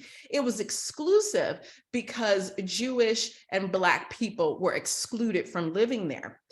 About 80% of Detroit's property in these areas, they did say, hey, you can't live here based on your race. So my parents got into this exclusive community where this is a Frank Lloyd Wright home that's just a couple of houses away. And I remember I was just a little girl when they bought this home and when we were at the most exciting moment, which is buying a new home, being at the closing table. And for many people, if you're not an investor, you're only going to have a few homes in your lifetime. This is not something you're doing every day. So to sit at the closing table and to see this language that said we were banned and Jewish people were banned and couldn't be a part of a home or a community, it was devastating. I talked to my parents, because again, they're still in the home to this day. I talked to them just a few months ago about this specifically, and they remember, I mean, it was a visceral reaction. My dad, he was kind of dozing off and he popped up and, this shouldn't be. People shouldn't be at closing, which is the most joyous moment, and have this memorial of hate. So I want to encourage, and I'm encouraging any and everyone, we can do it at the association level, but look, you can do it as a private citizen. We can work on this not being a part of deeds going forward. It can be in museums, it can be in classes like this, but it shouldn't be at the closing table. This is not one of our largest priorities. It's not, but it is something that says to your community, you can be safe. Going to closing is safe, because I'm going to tell you, it did not feel safe as a little girl to read something like this. So I've got on the screen, if you're interested in this, and I know some of you may have licenses, not just in South Carolina, I get it. A lot of us kind of serve some of the neighboring states.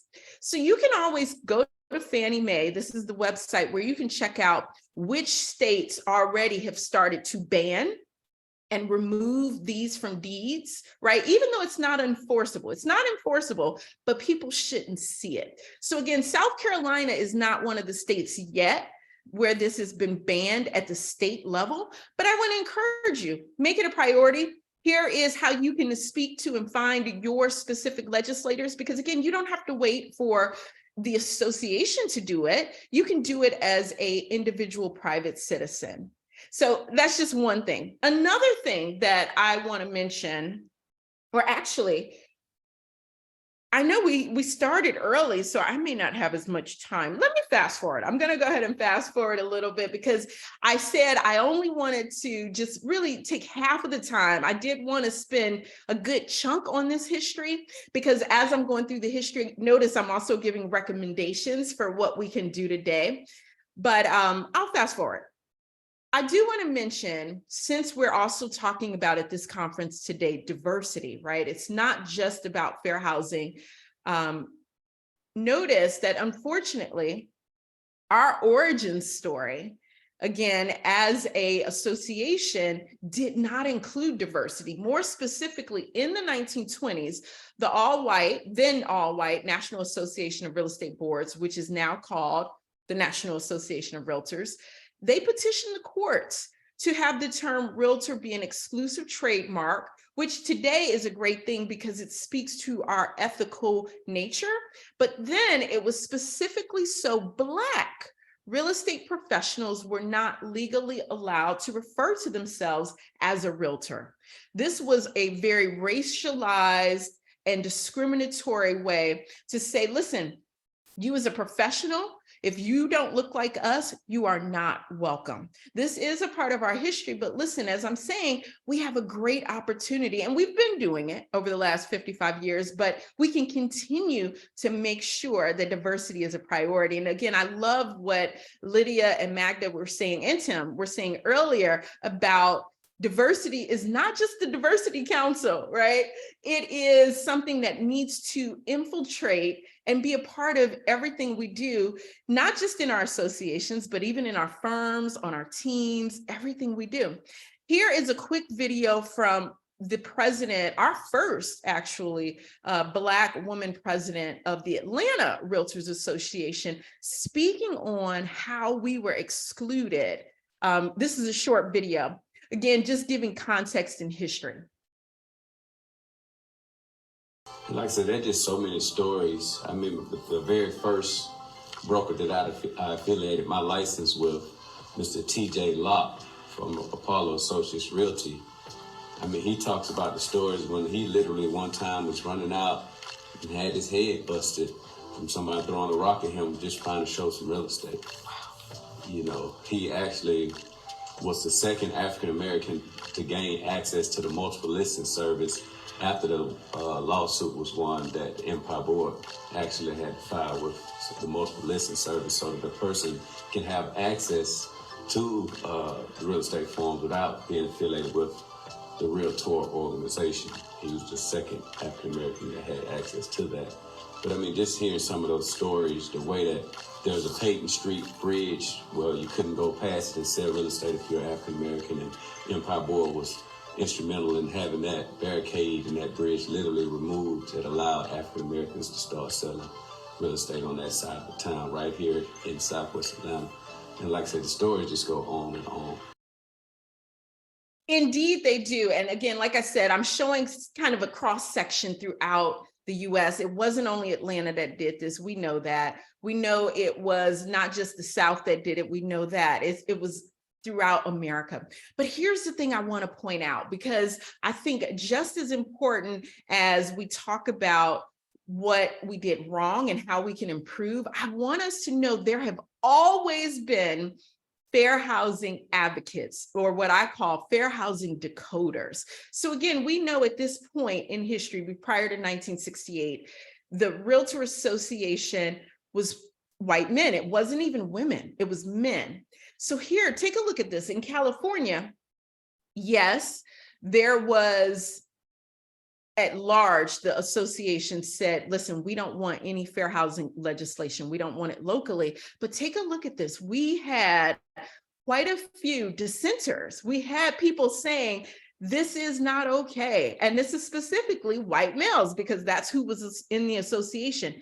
They stood up for fair housing. And as a result, before we even had federal fair housing at this local level in California, 1963, they had localized fair housing become law, because it took people saying this is not okay.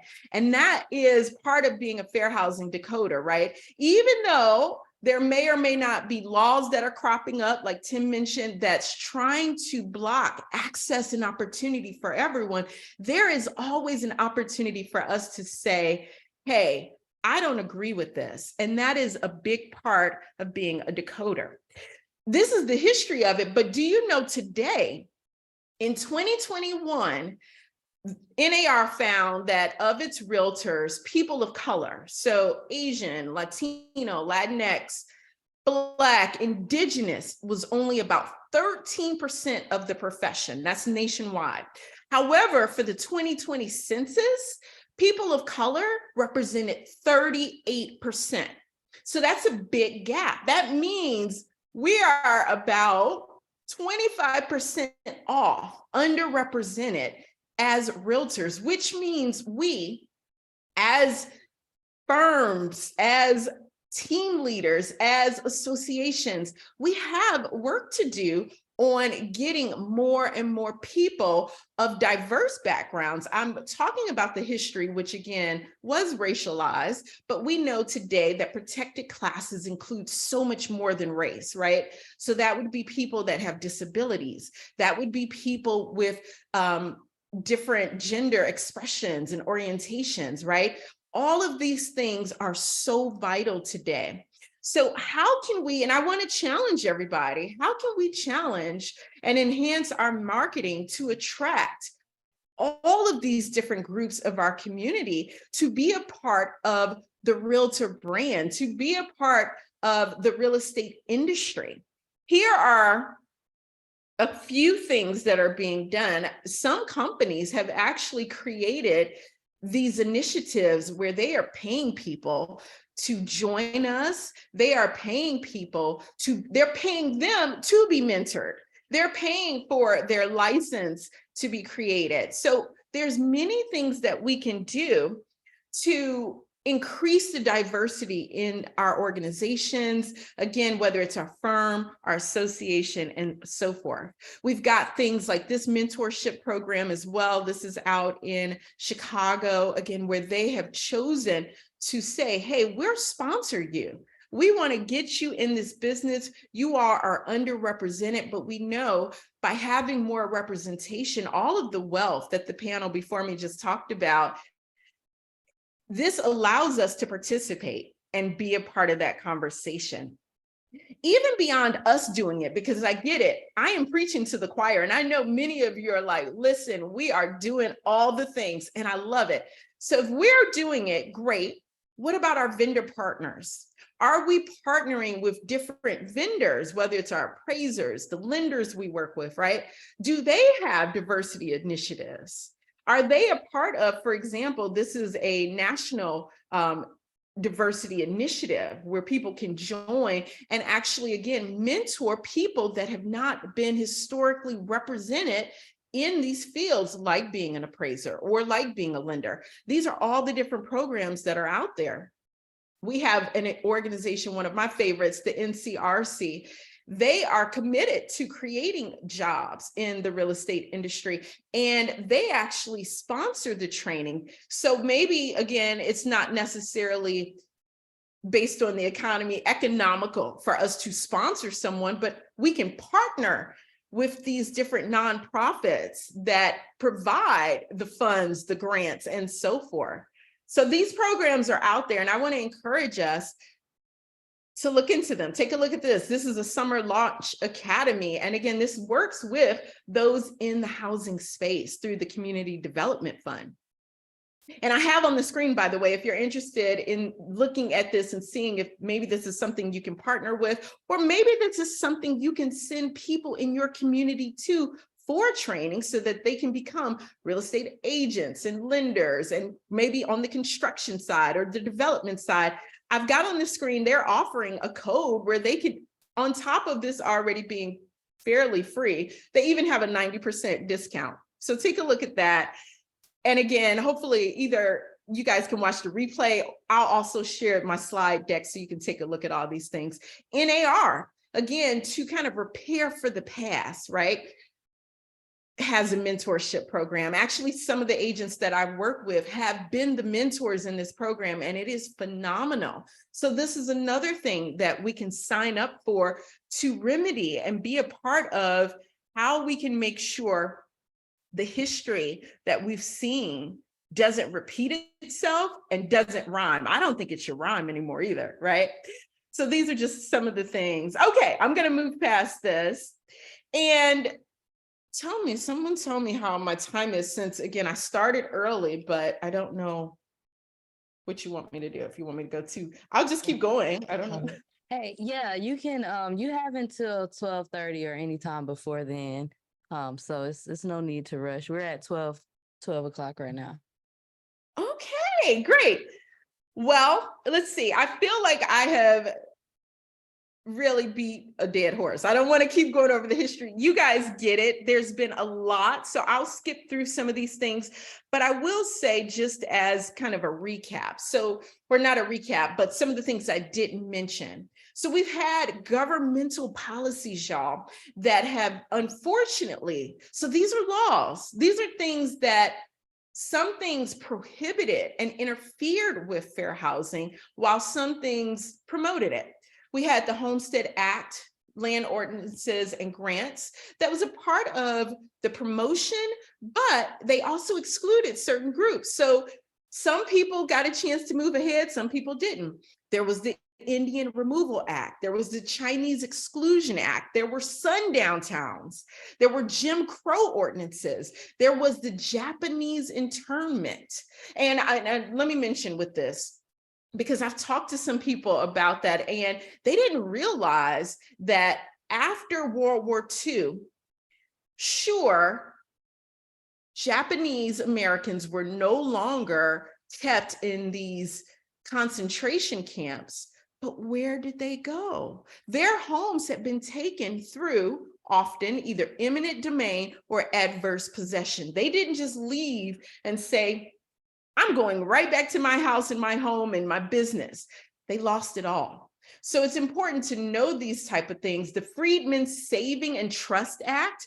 So again, we had a lot of African Americans who, after slavery, they created businesses, they were thriving. They put their money in the Freedmen's Saving and Trust. This was before the FDIC was formed during the Great Depression. And unfortunately, when it went belly up, when there was thievery, they lost it all. So there were all of these different things. And even the GI Bill, this is something that, again, as I mentioned with the racial covenants, this hits home for me because my granddad was a World War II vet.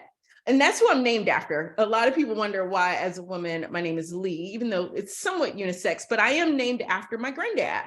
He was a World War II vet.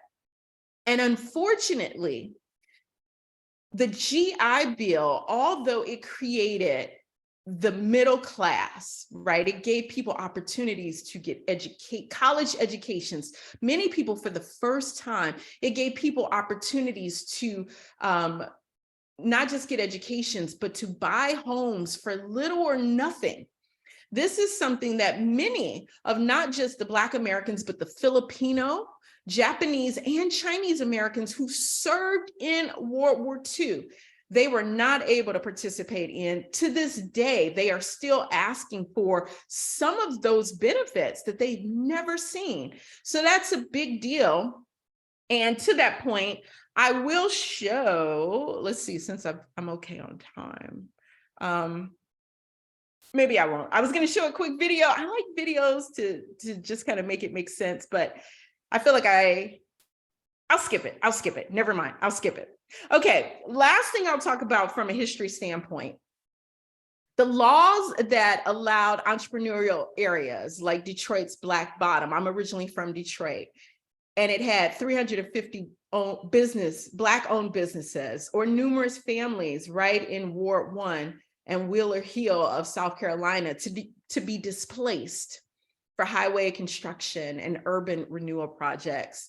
That was the Federal Highway Act of 1944, 1956, as well as the American Housing Act of 1949, and other government-funded, government-funded, government-sanctioned. These were legislative things that said, you got to go. And the unfortunate part about this displacement, and I'm going to show a video actually from South Carolina about this, but the unfortunate part about this displacement that happened throughout the nation is you will hear, because again, many of these people, these homeowners, these business owners, they're living today. And they talked about how they didn't get fair market value, which we as realtors understand better than anyone, that the fair market value is not the same thing that a local government is going to give you for eminent domain. Oftentimes with eminent domain, they're going to give you something that won't allow you to buy something that is of equal value. It's just not going to, we get that more than anyone. So again, all of these things affected our history. Check out this video right from the South Carolina Historical Society. Assembly Street to the river, all that was my playing area. The people that lived in this area, that was our area.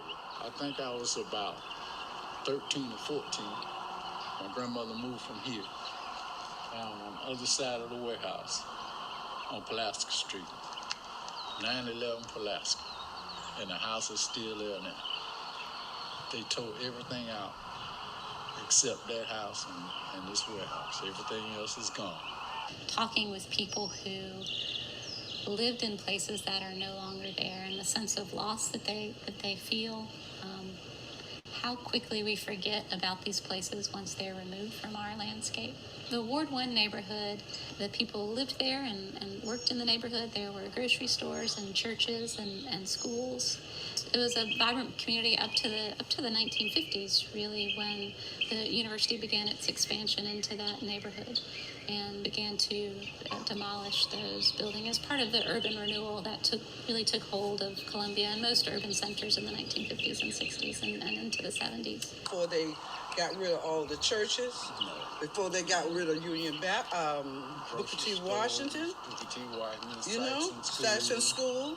This building is more meaningful to us because it is basically the last of whatever history that we have as a displaced people. True.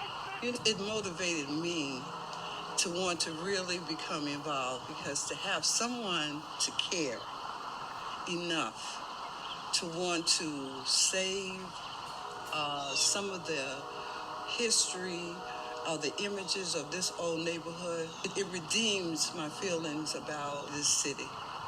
To have them involved and wanting to do what should have been done so long ago. We're just lucky in Columbia that we still have some of those buildings. So I'll stop the video there. History was not. And I actually skipped that one. But the point I want to bring up with that is, and how we can even help as realtors. So there are realtors throughout the nation, because we have several of these. It's not just USC's campus. Here in Georgia, the University of Georgia in Athens, we have a land back movement that's happening with the residents, the Black residents who own property there, who didn't get fair market value, but their properties were taking.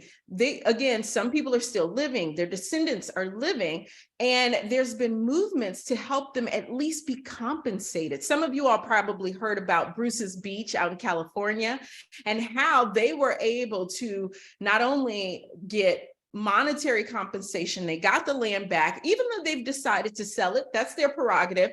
But the bottom line is, for most of us, fair housing represents generational wealth. And when you don't have access to get fair housing, right, or your housing is taken from you for whatever reason, and you don't get just compensation, that is a big problem. And it's been a problem. So again, these are things just over the last decade. But let's move forward. So I know people are like, all right, I get it. We've had a rocky history. But what about today? It'll do magic,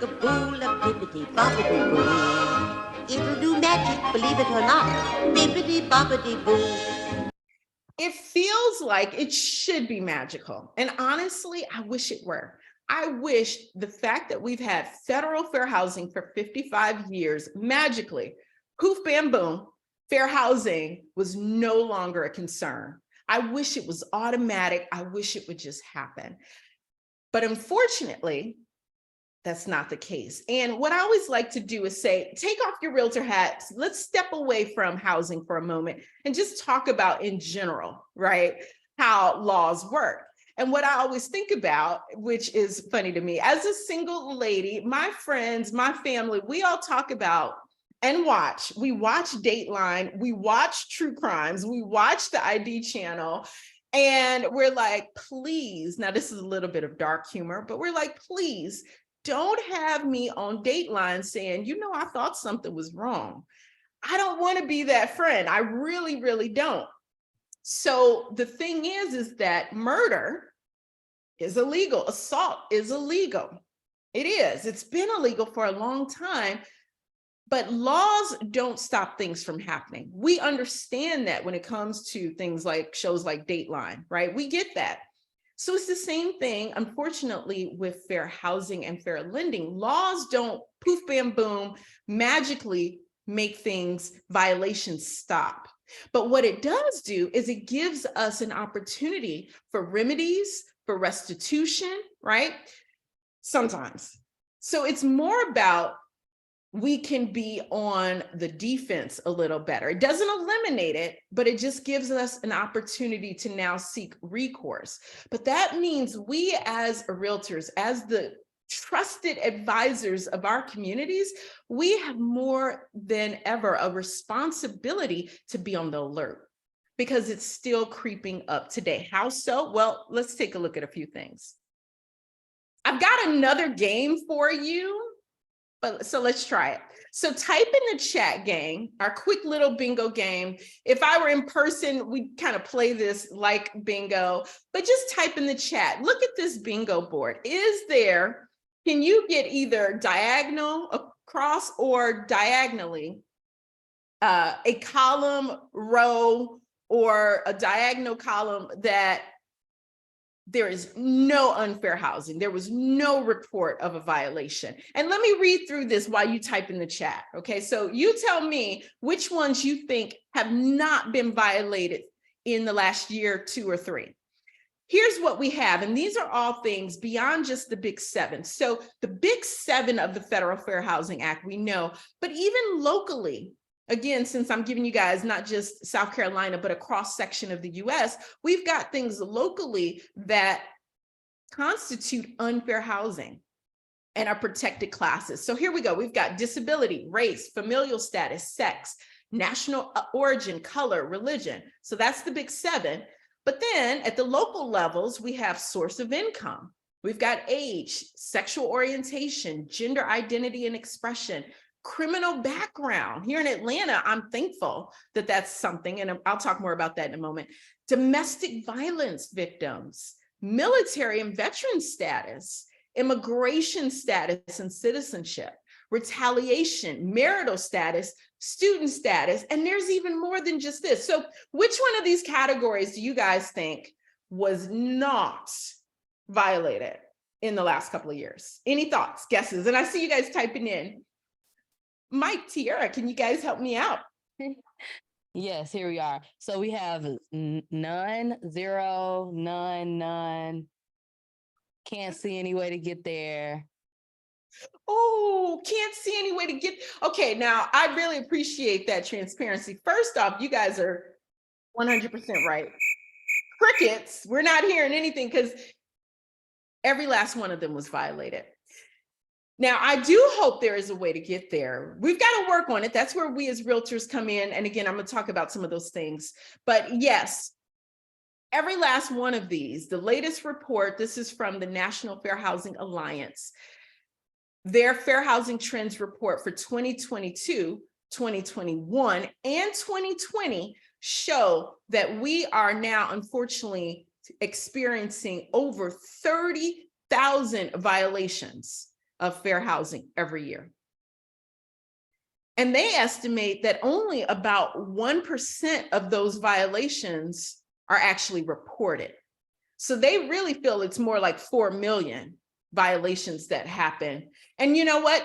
I wouldn't be surprised. I'm sure you wouldn't be surprised, because for some of our clients, even for some of us, right? When Magda was talking about what she experienced, she probably did not file a report, because some of this is it worth my time, energy? Do I even know what to do and how to file a report? So for us, this is going to be one of the first things that I want to encourage us to do as fair housing decoders, and that is to help our clients report violations, help them understand, help those in our database know what to do when it comes to reporting. Now, here's the thing. I know who you all are. Being at a conference like this, I know I'm the preacher, you're the choir. I got that. We're not the ones likely violating fair housing, but our clients are dealing with a process and a transaction that includes many more components than us, right? It could be the lender, it could be the appraiser, it's so many aspects. But here's the thing, we have to proactively show our clients what doesn't feel good, right? Sometimes your spidey senses may be tingling. Because they don't do real estate every day, they may not have the language for it. They may not know that this is called appraisal bias or steering or block busting or redlining, right? They may not know that. But we, being the professionals, it's our job to educate them and help them filter through, hey, that's just a personality clash. He's not discriminating against you versus that is legitimately discrimination. And here's the thing. The National Fair Housing Alliance talks about, listen, it is difficult for consumers to report whether it's a problematic appraisal or any other form of discrimination. It's hard for them to do it. So let's make it easier for them. How do we do that? Well, I want to recommend to you some of my favorite resources. I have another video. I always have videos, but I think I'm going to skip it for a moment. Or you know what? I won't skip it. I want you to hear this. This is one of the clients that we worked with. And we not only helped her report the appraisal bias, so she was able to get paid accurately, but we also got it on ABC News. We have, and I believe in that. Now, that's like going from 0 to 100. I am not saying any person that your client doesn't like needs to now be on the 5 o'clock news. I'm not saying that, right? We do want to, again, check for, is this just a personality clash or is this legitimate discrimination? So I want to give you some resources to help you decide that, but take a look at this video. Because I'll tell you, it was not easy. The appeal process was cumbersome. I had to seek out advice from Amy because I'm not a real estate agent. I don't know this process. I don't know how it works. I just knew that we needed to fix it and I needed some help in how to navigate it. And she helped us navigate through that, answer the questions that they had. There was language in there. I didn't even know what it meant, but she helped us do that. And we got the appeal approved and the bank ordered a new appraisal on our home. And that appraisal, the difference for them worked out to be $138,000. That is a big, big deal. So who do we go to? Well, one of my first recommendations for you, and I'm going to talk about the local things in South Carolina, but let me start at more of a advocacy level. If you aren't familiar with the NCRC, make them your best friends. Here's why. Because yes, we can go directly to HUD. We can go directly to our state's fair housing association, or not association, but agency, excuse me. But here's the thing. I don't want to say they're understaffed because they may be, but they've got a lot of money. So I don't know what this is, but we know it's slow. It's slow going. And this is why some of our clients are like, you know what? I am frustrated beyond belief, and I can't even really get help. No one's here to help me. The NCRC, this is a nonprofit advocacy group, and they've actually been behind a lot of the news reports you've heard of people not just having and dealing with discrimination, but getting restitution, getting the just compensation to really, it doesn't eliminate it, but it makes you feel a little better when you can get that $138,000 back from your home. So what they will do, notice I've got highlighted in pink, they will contact you within 3 business days. So if you have tried to work and go to HUD before, your clients have tried to go to HUD before directly, it can be a little exhausting because they're slow. 3 business days. NCRC, chef's kiss. They are Johnny on the spot. They're responsive. Check with them. In addition to checking with them locally, here in South Carolina, yes, you can definitely go to the Human Affairs Commission. Notice this though, the commission here in South Carolina only gives you 180 days from the violation to file. 180 days, yeesh. So 6 months. So you got to move fast. Your clients have to move fast. I've got a little QR code. If you've never really connected with them before, there it is. That's how you can reach them. But that's important to note. So it's not that we've got years and decades to report these violations, but this is a big deal for many of our clients. And as a fair housing decoder, this is something that we should make it a part of the language that our clients hear, you know? Okay, in addition to that, of course, the government now has this new site, which is fantastic, to help with specifically appraisal bias discriminations. This is a great site. For the first time in 55 years, just over the last year, there is now being financial penalties. See, that's the thing. A lot of people have been discouraged over the last 52 years, right? Because they feel like, okay, I complain. Sure, this is a complaint, but nothing happens. I don't get my money back. They don't get penalized, but we are in a new day, my friends. So we've got things now that we did not have in place. Here's a few more organizations that can assist beyond just HUD. I also like, I've already mentioned them, the National Fair Housing Alliance. They even have a way where you can connect with them because again, they move a little faster than some of the government organizations. Well, I did not know. I've only got a few minutes left. I've got so many more things. Now, intentionally, this is not, I told you, this is a 6-hour class. I wanted to give you some of the snippets and pieces, but I feel like I need to save time for questions. So let me stop and I'll stop sharing. I want to check chat, see what questions you have for me. If not, I can give you a few more things to do, of course, because this is a 6-hour class, so I've got more to say. But let me stop sharing and let's see what your thoughts, questions, and so forth. And Chris Owens, thank you for putting so many resources and tools that I'm mentioning in the chat. And you were doing that during the panel too. So thank you for just being so helpful. All of you all, Mike, Tiara, thank you all for your help. Okay, Brooke, you said, how do you answer when people comment that the DEI movement is associated, good, with communism versus how DEI is directly related to fair housing? I want you to notice something that I did today, Brooke. So even though I am still talking very much about not just community having access and opportunity, I mentioned how even among professionals, we need to have diversity. We need to include people. But to your point, Brooke, here's the thing.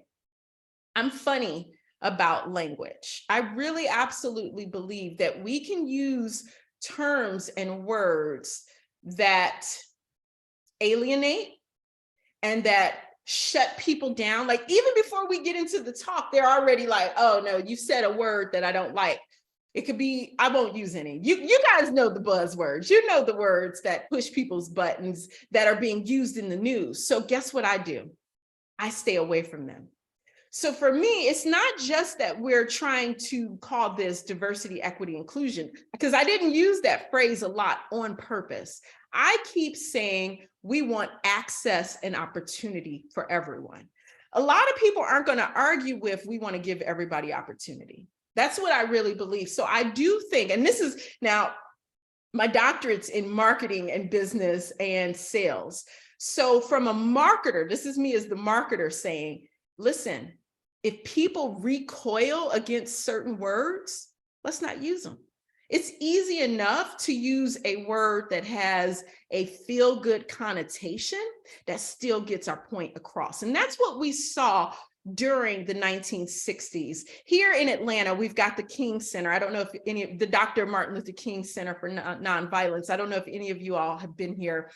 It's amazing. They even give, since Dr. King was so pivotal to fair housing, they even give this history in this journal. And they talk about how they were saying and doing things that initially no one, Black people, the people that were trying to help, they didn't rally around them. But they talk about, like with the Montgomery bus boycott, the language, how they had to shift, how they had to change to get people on their side, how they were able to move from only 1 or 2 people participating to now you had, during the Montgomery bus boycott, you had white housewives saying, no, you guys need to stop this. It started to mobilize the community. So long answer for a short question. Yes, John, you want me to go back to the different agencies? Yes, I'll go back to the screen, but if I go back to the screen, Mike, Tiara, tell me if any other questions, because that's the only thing I can't see once I do that. Okay, I'm going back to the screen. Yeah. And if there's any other questions, if not, again, you guys, I've got you can see my little Instagram. You can always reach out to me with questions as well.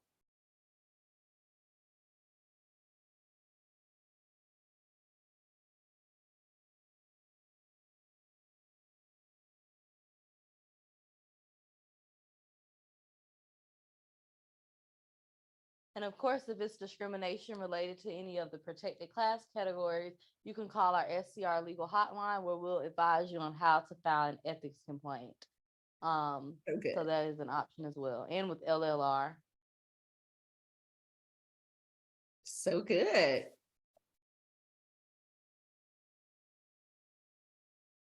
All right. So John, I think this is the screen you were referring to, but let me know. I did put up a few screens with some of this information if you need me to go to something one else. that responds in 3 days. Oh, my favorite, the NCRC. Okay. Yes, this is the NCRC. And again, this is a nonprofit advocacy group, and they can assist in many different aspects, right? Because as we've talked about, housing discrimination could really fall under a lot of categories. It could be the lending side, it could be the appraisal side, right? So they can kind of not only look at the case and kind of point you in the right direction, but they can, again, even help you identify the statute of limitations. Because like I said, none of this is just an open fest where you can come back 50, 100 years later, unfortunately, for some of these things. All right. Well, thank you so much, Dr. Davenport. And we will definitely be working with Dr. Davenport more for more additional training and have some other things coming up. We also encourage you all to join our DI book club or to watch our DI book club video where we had the author of The Color of Law, Richard Rothstein, and that is live on our YouTube channel. And you can sign up for the book club where we'll be talking about some of these issues. Our next book club meeting will be the Book of Pride in celebration of Pride Month in June, and more information to come on that, but that meeting will be June 28th. And we'll have representatives. Today, the only multicultural organization we were missing was the LGBTQ+, which is called the Real Estate Alliance. So we will definitely, we want to make sure we're expanding to all different cultures and making everyone feel seen and heard. And I really appreciate your presentation here today.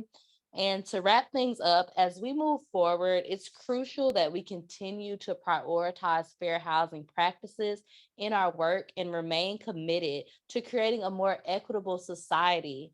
And in the words of Dr. Martin Luther King Jr., the time is always right to do what is right. Let us take this knowledge and apply it to our daily work as realtors to promote fair housing practices and ensure that everyone has the opportunity to safe and affordable housing.